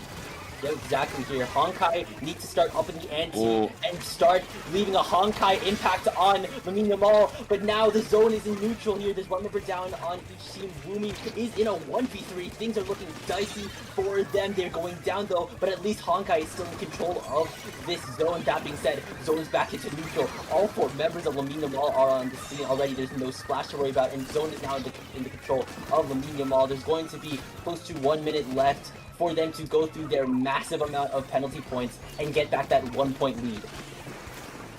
I mean, yeah, the penalty points can fall very, very easily, but Kabi has something else to say about it with that Zuka geometry. Able to get big. Nilla's Crab's going to be there to kind of provide that covering fire and allow them to go even further. Yeah, exactly here. We're going now, 1 minute left on the match. There's already 2 members down on Honkai here. Zone has gone into neutral. KitKat is trying to get this pace established on that tent, but LAMINE YAMAL's members are starting to crumble. There's 2 members down. Honkai is starting to move up, forcing KitKat to start making some dicey decisions here. Honkai is almost out of their penalty points here, and they're just keeping LAMINE YAMAL guessing on what they could do next, though. That being said, the squeezer is down. That being said, Honkai is out of their penalty points here. They're almost at that knockout range. 3, 2, 1. There it is. Yeah, there it is. There is game. Honkai holding on, holding back LAMINE YAMAL. And after a very it was very back and forth, I would say. Both teams got really good holds at certain points.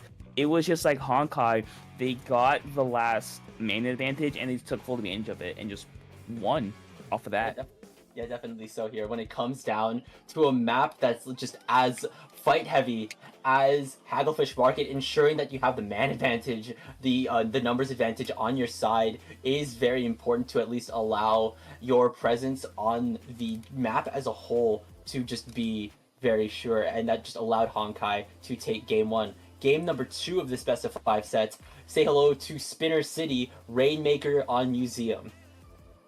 I could see both these teams taking what they got, mainly because it just works out for them. I'm a big fan. I really want to see the Luna Neo stay, because I think it'd be kind of good. You do have, of course, the hammer itself. You have that really, not big ledge, but you have that kind of drop area underneath your plat that you can shoot up to, because I believe Luna can reach that with a couple of jumps. You have on the side of Honkai, of course, you're gonna have the crab. Right, you're gonna have Azuka with the squeezer in the wall, so that's very helpful. I could again see this go either way. It could be this could be a very close game 2 here. Especially considering how close that zones match was. For a while, the score was 13-14 here, and when it comes down to Rainmaker on Museum, getting past that first checkpoint is a hurdle and a half here, because it's one hell of a choke point to just go through that top spinner here. As we're going into game 2, first up on the LAMINE YAMAL, we're seeing Billie Jean switch to, is that CR? No, not CRB. This is RPD. Yes. RPD. Yeah. Range blast. Rapid blaster. Rapid blaster. There you go. You got it. Oh, these acronyms are starting to get a little bit confusing for me. Yeah, but a very interesting change up. Now you have 2 weapons that can kind of poke at the enemy plat, and so far it's working out for them as LAMINE YAMAL able to get a quick advantage here. As you can see, Azuka coming out from one side, Kabi dancing around, able to stay alive for a little bit longer, able to get a kill as well, and managing to stop the Rainmaker. Actually, no, they didn't. Never mind, they didn't mean to stop it, but they managed to at least get it down and get the members down of LAMINE YAMAL before you can get any worse. And Honkai, almost in the first, you know what? It's Rainmaker, but they broke that checkpoint really quickly, and Honkai might respond in kind, and yes, they will. Yep, Taro slamming into that checkpoint, allowing Honkai to even up the score here. That being said, this plat is being predominantly controlled by green, by the green of LAMINE YAMAL here. And now, with a steal from Taro, only a couple of inches matter when it comes to Rainmaker, allowing Honkai to take the lead. Not only 45, but to 36, but at what cost? Honkai has been wiped out. This will allow LAMINE YAMAL to just cruise past maybe without any difficulty, unless Taro and the rest of Honkai can start upping the ante. But with Taro going down, but with Wumi going down, but with Kami going down to the Rainmaker. What is going on? That's a wipeout! That's a wipeout! Billie Jean! Oh my god, the wipeout was really LAMINE YAMAL got it when they needed it. Now Honkai, as quickly as they got the lead, they are now on their back foot, but they have not to worry about. They still have 3 minutes to go into this game, and so far they're going to take full advantage of it. That's not gonna be another wipeout. Honkai's gonna go. Wumi's there, Nilla's there. You got Kabi and Taro in the back as well, jumping in, but you have to worry about this pencil and this rapid blast as well, putting up a lot of pressure on the champion. Nilla's gonna go and run for the hills, not quite able to get it, as it's gonna be stopped by Billie Jean, and Honkai are looking to just keep it going. There's Wumi with the hammer. They're gonna go down. Rainmaker is popped. They're gonna be picked up by Billie Jean, possibly jumping it off, possibly going on this far right side. It is gonna be that far right drop. He's getting it out of here, and wow, Rainmaker is very fast, but this is fast. Yeah, talk about escalation here, as Billie Jean is now dropping this Rainmaker in a Rainmaker-free zone of all things. Owl is being forced to take a dip in the water, and LAMINE YAMAL is now 3 members down. Taro picking up that Rainmaker once again here. They need to be 22 in order to take back this lead, and while yes, it does seem short, with the way that this entire match is being played out, it may seem like a very strong hurdle, but Taro is trying to make the run for it, but no! They will be going down, securing the wipeout for LAMINE YAMAL here. This is going to be around 2 minutes left in this match for Honkai to take back this lead from LAMINE YAMAL, who is now in control of the Rainmaker. Yeah, and you see, I think actually why Billie Jean picked RPD here is mainly because, oh, well, bad timing, but mainly because you can really control the plat. But never mind, Honkai says, you know what, we don't need you here, and they wipe another wipeout. What, that's like, what, the 5th or 6th wipeout of this game so far. Taro gonna run in, try to go. One's gonna go down. They're gonna be stuck in deep a little bit here. They're not quite able to get it. 29 points still remaining for LAMINE YAMAL. Honkai gonna pick it up and try to go. Owl there. They're gonna go down as well. Taro leading the path. They're gonna go down once again. LAMINE YAMAL holding on for dear life as Honkai are doing whatever they can to get 7 points, but they're gonna be stopped just short. So LAMINE YAMAL lives to see another day. When I said that this is one hell of a checkpoint to break, I was not lying here. And that's just what's stopping Honkai from just breaking past it, because there's just so much elevation that LAMINE YAMAL can play with that's just stopping Honkai from breaking past here. And now LAMINE YAMAL are poised to try and take this back. Billie Jean landing a pick onto Taro. Once again with that Rainmaker. Now Tickle is stamping a path forward for Billie Jean to work with. The Zuka is coming out here. The points are now being stacked to the board. Billie Jean is able to raise LAMINE YAMAL's score to 8. That being said, there is now 30 seconds for Honkai to take this back. They need to basically trek the entire map's length in order to get this win. Yeah, 21 points separating these two teams. Taro's gonna drop it, but straight into enemy territory. They're gonna go down. Honkai, 3 members down. Only Kabi left on that squeezer, but I don't think they're gonna be anywhere near to pop that Rainmaker, so that will just, the clock will run down. 3, 2, 1. You see a drop from Wumi. Not enough to break that by themselves, so LAMINE YAMAL will win a very, very fast-paced Rainmaker game with, I believe I counted right, there were 7 wipeouts in that game. All I know is that we had more than 5, which is insanity to believe. A lot of those, and also to believe that first wipeout that not the first wipeout, but that wipeout that started it all happened with Billie Jean using the Rainmaker to at least secure 3 picks. A triple with a Rainmaker is, once again, a sight for sore eyes, and it is a beautiful thing to see. we're going into game number 3 here. Of course, this set is not at match point just yet. We still have a lot more games to play, and game 3 will happen on Umami Ruins Clam Blitz. Yeah, but with how fast-paced that first game was, and honestly, the only thing I could see changing is probably Billie Jean potentially going back to Neo Luna Blaster. But other than that, both of these teams, they like what they like. They no comp changes from the first 2 games. I don't see why they would mix it up now. Definitely so here. They were just able to play both of those matches very effectively. Honkai with their space denial, LAMINE YAMAL with just that outward aggression here. And we're seeing this we're seeing maybe this clash of playstyles happen on Clam Blitz, which definitely encourages both aggression as well as space control, especially considering it's on Umami. Billie Jean's actually sticking with RPD this time around, and this time, of course, once again, Honkai is sticking with their guns here, but it's really interesting seeing Billie Jean stick with that RPD. I mean, I think it once again provides a lot of help, especially a lot of control over the silo and that choke point right up to the enemy basket. I think that's very, very helpful for LAMINE YAMAL and what they want to do here. Definitely so. Already, the soda has come out from LAMINE YAMAL. Billie Jean is trying to keep this basket guarded here, vending a shot onto Nilla, at least securing 2 picks for LAMINE YAMAL. Awo is now trying to get the push onto Taro. They will be going down as well. Already, most of mid is belonging to LAMINE YAMAL, but with Nilla's crab being activated, that may change as 2 members going down. Tickle actually managing to get off the ledge with some little bit of clipping. They will be going down though to that head hit from Taro. Not a lot of scoring happening just yet. Topic.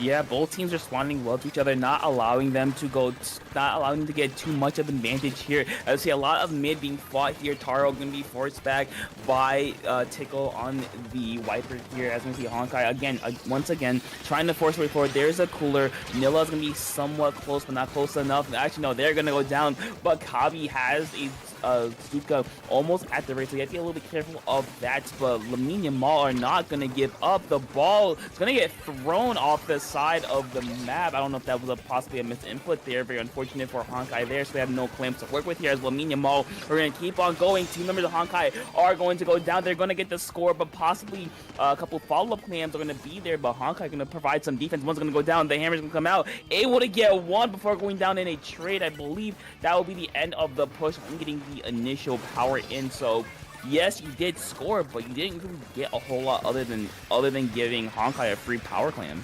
That being said, though, LAMINE YAMAL just built a second power clam, and with 2 members down on Honkai, a second power clam has hit the basket, and those follow-up clams are coming in. They've reached that 60 threshold that we were talking about earlier here. I think there's more coming in courtesy of Tic Tac. Now they've pushed the score to 55. That being said, though, there's 3 members down. It's only the Viper left on LAMINE YAMAL here, and already Honkai is taking back mid by storm. They have a power clam built and a lot more normal clams ready in case, like, when the push is ready to go. Nilla's crab is now starting to fire up. Wumi is stamping their way forward. The barrier is broken. That being said, there's 2 members down. Can they get this score tied up?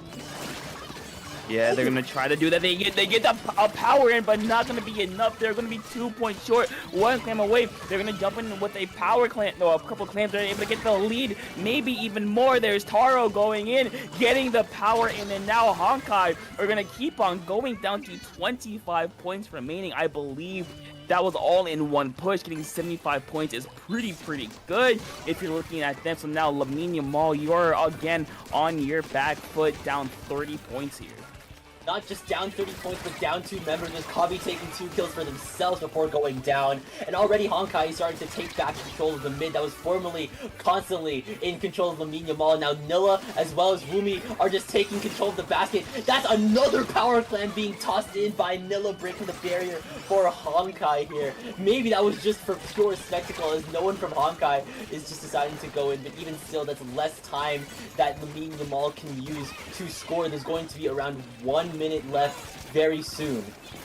Yeah, like the greats once said, it's not about the money, it's about sending the message. And he sent the message that we can score at ease, but LAMINE YAMAL doing the exact same thing, getting 2 members down, but unfortunately going 2 down themselves. A minute to go left in this game. Not a whole lot of time for LAMINE YAMAL to work with, so they have to get something going quick. They have to get a nice, long, sustained push. If they can do that, they can really put themselves back in this game here.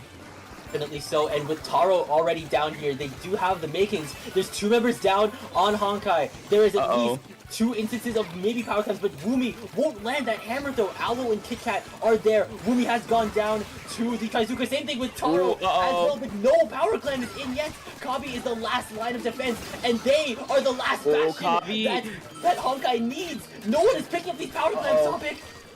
There's no one there. It was just the one member of LAMINE YAMAL gonna be there to score, but that will be it. Kabi, the last line of defense, the last line that they had to keep themselves in this game, keep themselves in the lead is gonna work out. 10 seconds to go in this game. LAMINE YAMAL has to put up a power clam right now and score as quick as possible. They have 6 clams to work with, not enough for a ball. They have 7, looking for even more, but they're not gonna find it.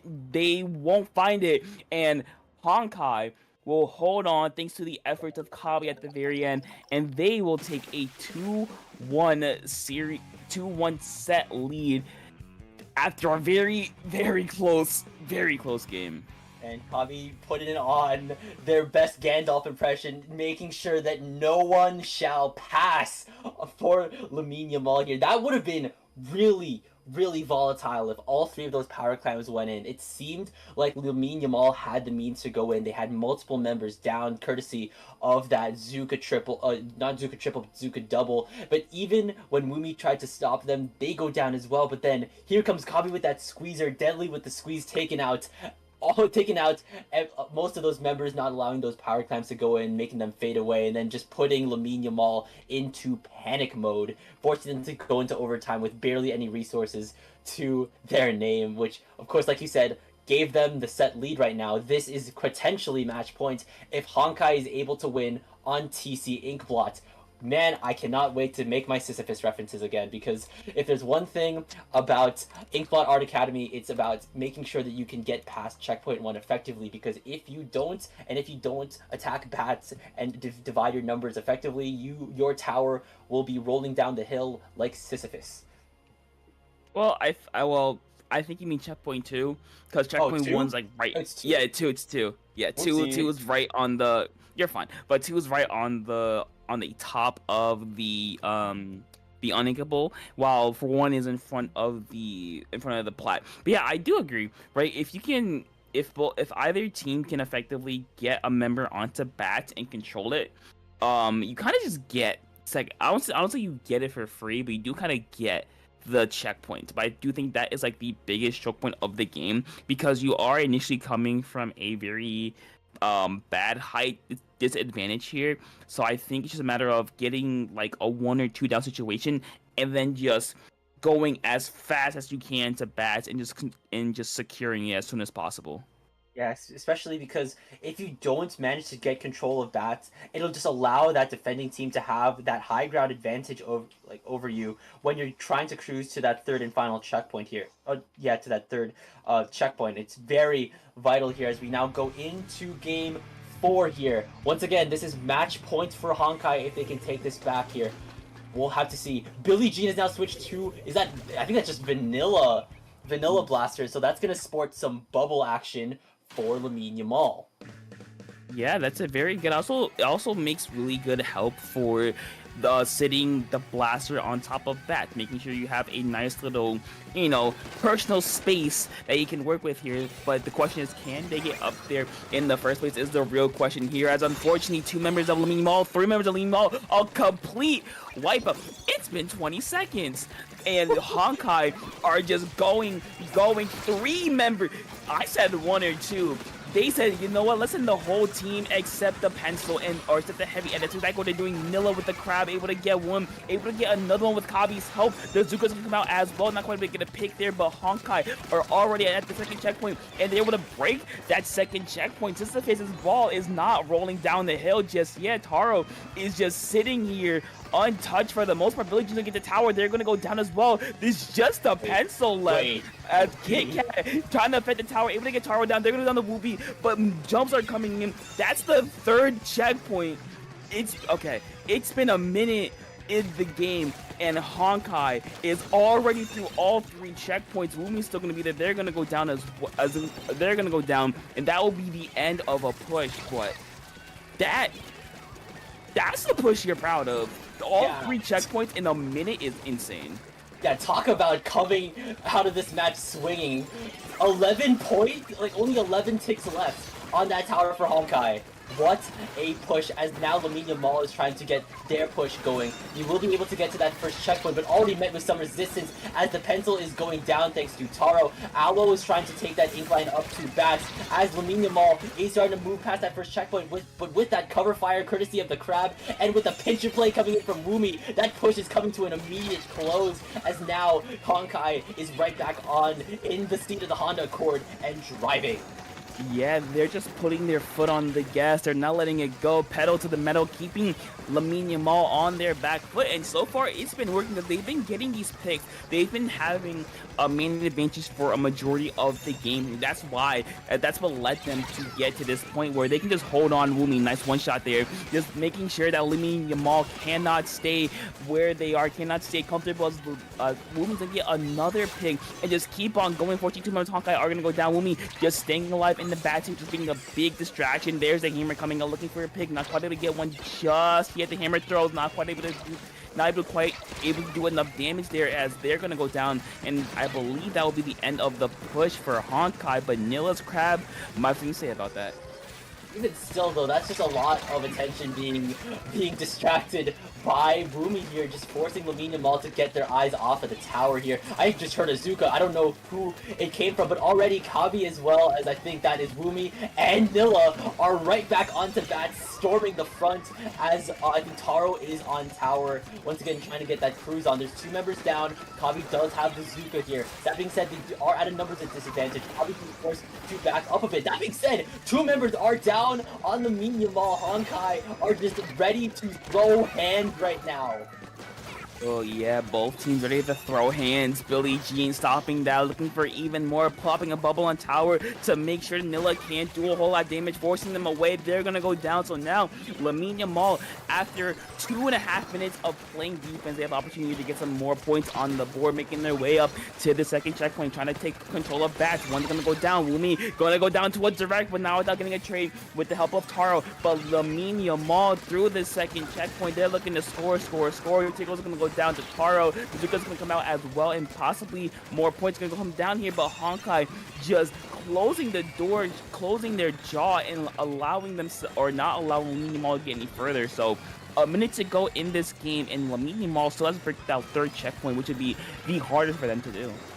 Boulder rolls right back down onto mid. Already the pencil has gone down on the side of LAMINE YAMAL. There's 45 seconds left on the clock. Wumi is just so eager to storm Bats, but that's just what Viper can do. I think Taro has noticed Billie Jean on the flank, calling their bluff, taking down that blaster here. That being said, so has the splash. That's no Crab. That'll be very vital for Honkai. That being said, though, they're still in the lead. They're sitting very comfortably at 11 here. That being said, Honkai is 2 members down. Taro is being forced back to jump in the nick of time here. It will come down to this defense.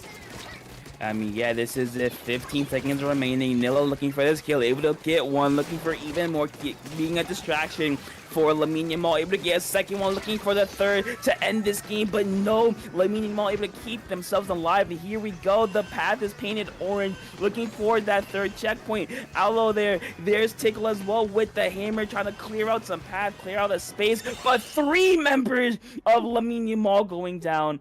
Honkai will stamp them out, will win the game, and will win the set after a very dominating fourth game there. What an upset topic. This is, of course, Honkai, the Seed 4 team, taking out this tournament's Seed 1 LAMINE YAMAL. That was insane for that final game 4, and now Honkai have punched their ticket to finals. I mean, yeah, it was just they kind of, I hate to say this, but they locked in during that last game. Like, they went in a minute and a half, I believe, they went from 100 to 11. Past that point, they didn't even need to move any further. Yeah, they didn't. They could just they well, I wouldn't say play all defense, but they definitely like made sure that LAMINE YAMAL couldn't get like wipeouts on they made sure they couldn't get wipeouts, so they didn't go all 4 down. So Honkai just really good there. And a little bit of a side note, a little bit of a side tangent. The Knicks won game one. So shout out New York. Yeah, they did. They did 123 to 118, right? Yes. Wow. Okay, that was a really high point game. Same thing between LAMINE YAMAL and Honkai going up to game 4 here. Whoa. Yeah, that was definitely a set. I'm still in shock after that like opening push, man. What a play. What a play and a half, 2 plays and a half, if you will. Yes, but with that, Honkai will punch their ticket into this week's grand finals, going up against a team that we may or may not have seen before in Parasail in the grand finals. But before we go that, we will take a very quick break, but don't go anywhere because the conclusion of SOS will be happening in a little bit, so stay right there.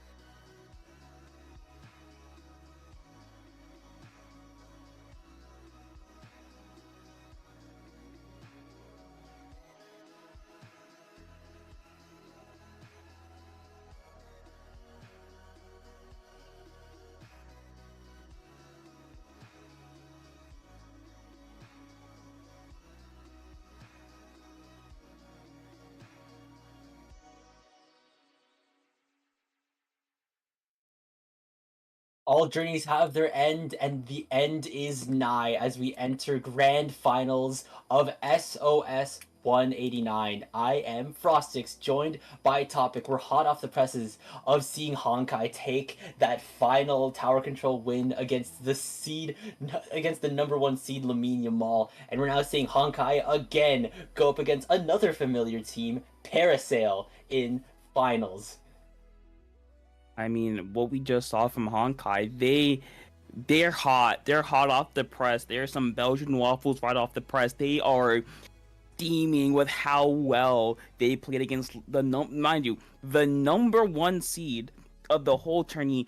That last game especially was very one-sided, but I expect Parasail to put up a lot of fights, kind of like LAMINE YAMAL, but be more, I guess, prepared for Honkai as we go to game number 1, ship-shaped cargo splat zones.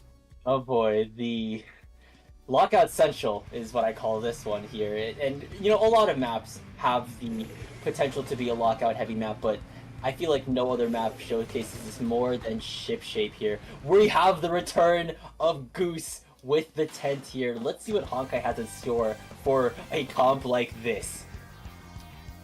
Yeah, I could see the tent working mainly against Nilla's Crab because it can absorb a lot of the damage and kind of make sure it kind of dissuade Honkai from using that. But so far, Parasail can take the first one to take control of the zone. Goose, of course, being that tent in zone, trying to get some space for Parasail, but Honkai just gonna keep on encroaching as quick as they can. Hammer's gonna come out, but 2 members of Honkai are gonna go, or Parasail gonna go down here. That's another one going down for Parasail as Honkai are just going forward, moving forward, and they're gonna take that, are gonna take their first control of the zone. But now, can they hold on is the real question here, especially against this pencil.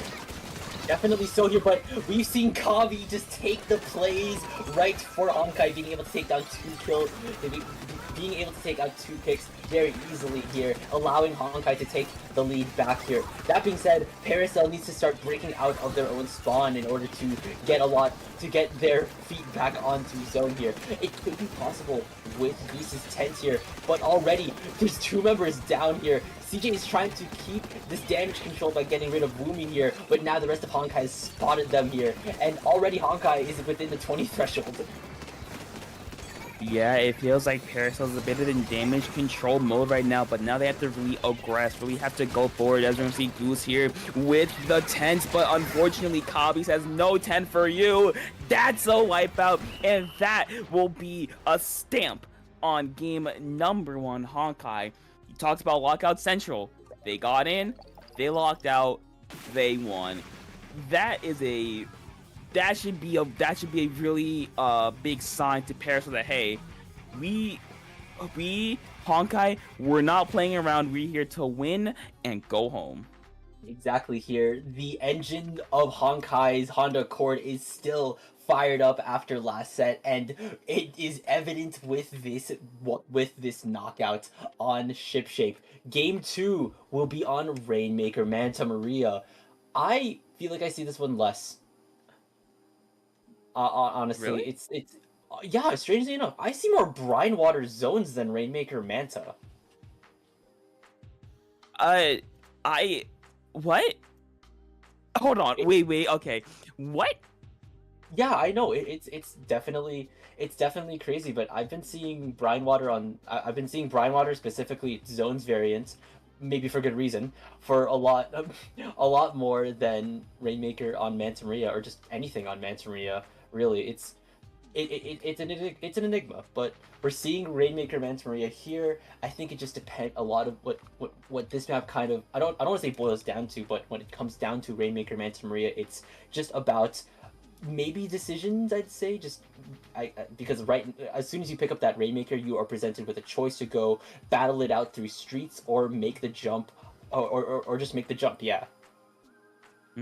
Yeah. But I feel like for both of these teams, I know they're gonna kind of expect it's gonna be a fight either way, right? I feel like, especially for Honkai, if they can get that 2 to 3 man advantage, they're gonna go jump no matter what, right? But if you're Parasail, right, you do have Goose on tent. That can be a very good way to control street from a distance and not put your necks out too far. But we're gonna see here, both these teams are gonna be ready. Honkai with no changes for the side of Parasail, possibly no changes at all. Yup, Sure? both these teams. Yeah, wait. Are you sure? Hold on. Look at Nilla. Look at Nilla. Oh yeah, okay, my bad. Okay, yeah, Nilla, that's the only change, going over to the T-Tech for the strikes.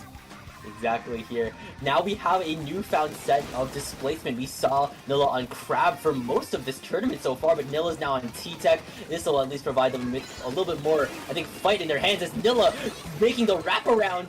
Not getting the flank though, as Goose will call their flank, getting rid of them. Also getting rid of Kabi as well. Cricket is moving in, having their sight set on Woomy, but Woomy has dealt the damage onto Parasail, getting rid. And now, is that Taro running with the Rainmaker? They at least managed to get it to 65, but not slamming it into the checkpoint just yet. Yeah, getting the Rainmaker at least on Parasail's side will at least keep the monkey off their back for at least a little bit longer here, but Parasail, they're not going to go up that easily, not give up that easy, but Woomy there, just being that aggressive, kind of like force that Honkai has, along with Nilla, kind of making sure that Parasail cannot be comfortable for too long, as there's a hammer coming out, Main didn't get one, the strike's coming out as well, Cricket forced to hide away for a long while here as Honkai looking to clear a path for the Rainmaker carrier, but Kabi's gonna go down. It's like more members of Honkai are gonna be in the street, able to go the jump route actually, and they managed to get through that first checkpoint. There it is, there's that first checkpoint break, and now it's just a lot more fights for Honkai if they want to get past it, as Parasail is now in the driver's seat of that Rainmaker. Honkai is starting to post up at that first checkpoint here, but CJ is eyeing the jump here. That being said, Kabi is also eyeing CJ. Woomy is eyeing CJ as well, trying to get that flank here. Numbers are starting to dwindle as a Goose and CJ, the Rainmaker holder, has gone down. Kabi once again deadly with the squeeze, getting rid of those priority targets here. That being said, the Rainmaker bubble has once again popped. Goose is in position. Goose is down though. This could be vital for Parasail's push. I mean, yeah, it is definitely very viable, mainly because without Goose being, though there he is now, but without Goose being there right there, that kind of did stall them out a little bit. It kind of allowed Honkai to kind of regroup and kind of, see where Parasail wanted to go and react in time. But now Parasail putting up a lot of pressure, or at least trying to, as getting through streets against Honkai is going to be very, very difficult because they just drop on you like that, Lumi just did right there, and get members down and force Rainmaker to reset here. But again, Honkai, even though they're the ones on their back foot, with how up-paced, up-tempo they are putting on a lot of pressure of making Parasail fight to get through their street, basically. Exactly here, and with the amount of pressure they're putting on, it surely will come to a point where Honkai just cannot keep up with the amount of pressure that Parasail's putting on them here. The soda has come out from Parasail, the hammer has been thrown, but someone from Honkai just took the Rainmaker, and they are running with it. They are running with it. They are running with this Rainmaker. What is going on? Wait, what? Wait, no, was that? Wait, hold on. Wait. Okay, I think I know what happened. Okay, so I think okay, so I think what happened, it was Nilla and Woomy. You could tell by the ink trail that was definitely a hammer. So I'm guessing Nilla and Woomy got a kill, popped hammer, ran with and just painted a path for Nilla, and then while everyone on Parasail was looking at Taro and Kabi fighting in the front lines, the two front liners just kind of went behind them and just ran with it. And you know what? We love Rainmaker. We love Rainmaker. We love Rainmaker. The grand escape, a grand distraction and a grand escape plan. We love to see a heist happen in Rainmaker. What an insane, this is the second game in which Honkai has just pulled some absolutely crazy shenanigans. We've seen it happen on the TC match, on Inkling. We're seeing it on the Rainmaker Man to Rear match. Speaking of TC, this could be match points for the entire tournament as Game 3 is on, once again, TC Undertow. Okay. Now, Honkai, we saw what happened last tower control game. Mind you, it was on Inkblot, a bit different, but they got control. They just ran with it. Parasail, I think after especially that second game, they're going to be a lot more conscious about keeping eyes on both Woomy and Nilla, because if you don't, well, Exhibit A, you saw what happened with Rainmaker. But everything is now on the line. If Honkai wins this is for all the marbles it could depend on this TC match. Once again, we're seeing Nilla switch back to the splash. We're seeing Crab once again from Nilla, and once again Parasail is sticking with their guns, and their guns deal damage here. And we're going to open with once again a really big mid-team fight. We saw this last time we were on Undertow CC. We're probably going to see it again here. And already 2 members down, Woomy as well, or not Woomy, but the Wiper as well as the Squeezer going down. But Honkai will get that first easily attainable checkpoint here, but can they keep this car running? I mean, look how cyan the map is. Oh, that should tell you exactly how much control they have. Unfortunately, Kabi's gonna go down, so Parasail not getting the fight, Woomy going down as well, and Parasail responding very well in kind. We're gonna see actually Tara going down as well, but Woomy jumping in, getting one, going down to Cricket instead. So yes, Honkai did score a lot of points, but thankfully they didn't get past more than one checkpoint here. Unfortunately, Nilla able to pop off a little bit, get I believe a double or triple kill there, and keeping Honkai up and forward. Kabi with the Zuka, able to get Goose with the geometry, and Honkai able to keep on going. Lemon going down as well. Cricket in the corner, managing to keep themselves alive, but Honkai, they are still going with the cooler as well. They are just putting their foot on the gas pedal to the metal. They are going and not quite gone just yet. Honkai 2v2 situation here. The jumps are coming in for both sides. Taro and Tower, they're gonna go down. Another one's gonna go down. 2 members left for Honkai. 7, 3, 2, 2 points. Oh. Wait, hold on. Pause. That's it. But Honkai, we seen it in the Ink Block game. They got the initiative. They got the very first really good push, and now they can pretty much coast and let Parasail make the mistakes. Definitely so here, and already Parasail is starting to maybe enter panic mode. That being said though, they aren't panicking just yet. They managed to cinch out a wipeout for themselves, allowing them to at least get past that first checkpoint. Checkpoint 2 is only a matter of time for Parasail. Here it is, there's checkpoint 2. They need to start holding down the line, ensuring that they can survive a storm like they did against that team back in quarterfinals. Goose is being forced to jump out. It's only Lemon and Goose left, but Lemon will be able to get that Wiper pick onto Woomy, going down to the Zuka from Kabi. Deadly with the squeeze once again. That being said, there's 2 members down on Honkai.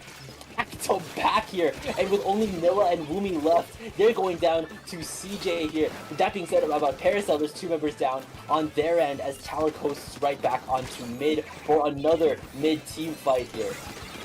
Yeah, we're back to mid. Woomy getting some distraction. Unfortunately, they're gonna go down but Kabi able to clean up some kills on Parasail, but oh, that hammer buff came in clutch there as Goose able to kind of pick their forcing, at least being forced to jump out themselves. It's Honkai again putting up a lot of pressure on the Parasail. CJ though able to get a pick onto Nilla there, at least stopping the tower for now. But Honkai, for most if not all of this game, they've been the ones to set the initiative. They've been the ones to put the pressure on Parasail. They've been the ones to keep the tower on their side, so they don't really have to back up that much. As unfortunately for Parasail, this might be it. Oh, 1 point remaining, a little bit closer. Kabi, last member on tower, being forced to fight for their life. Woomy the jump in, able to get 1, able to get 2, and it took a little bit of pressure. It took a second attempt, but Honkai will break through.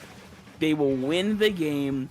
They will win the set, and they will win this week of SOS in a very, very dominant sweep there. Yeah, what a set here. They went on to, first of all, they managed to knock out seed number 1 in semis. Then they take out seed number 3, back-to-back upsets from Honkai, leaving that Honkai impact and leaving Parasail Honkai star railed. No. But anyway, yeah, but Honkai just very dominant overall turning, because I believe other than that one game to LAMINE YAMAL, they did not lose a single game. They lost 1 game the entire tourney, so that's pretty good.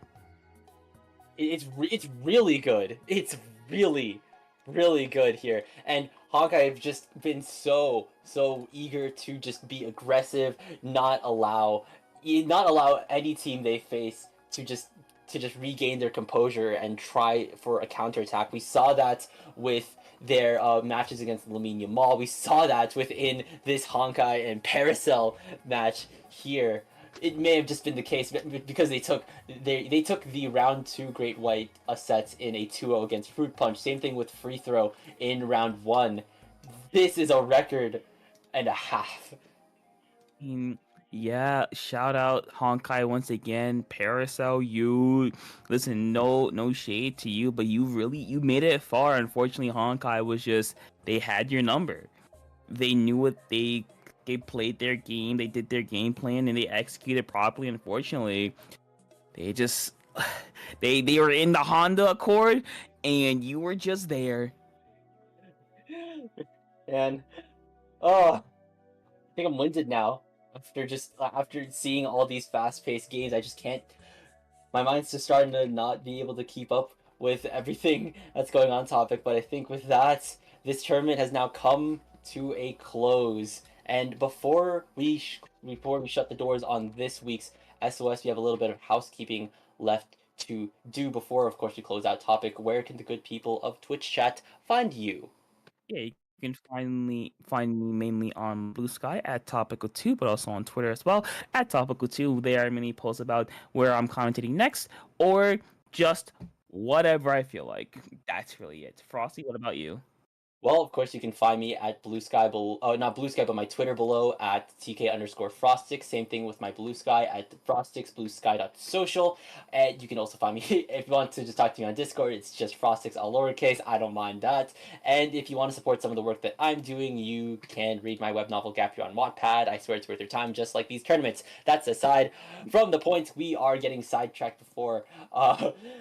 Okay, so this has been us from IPL. Shout out to, of course, Ryan for getting the stream down on deck. Shout out to all the staff, the seating staff as well, for keeping this swimmer sink very stable. And of course, thank you to Chater and Jolteon Jack for taking block 1. This has been me and Topic signing out for this week's SOS. See y'all later.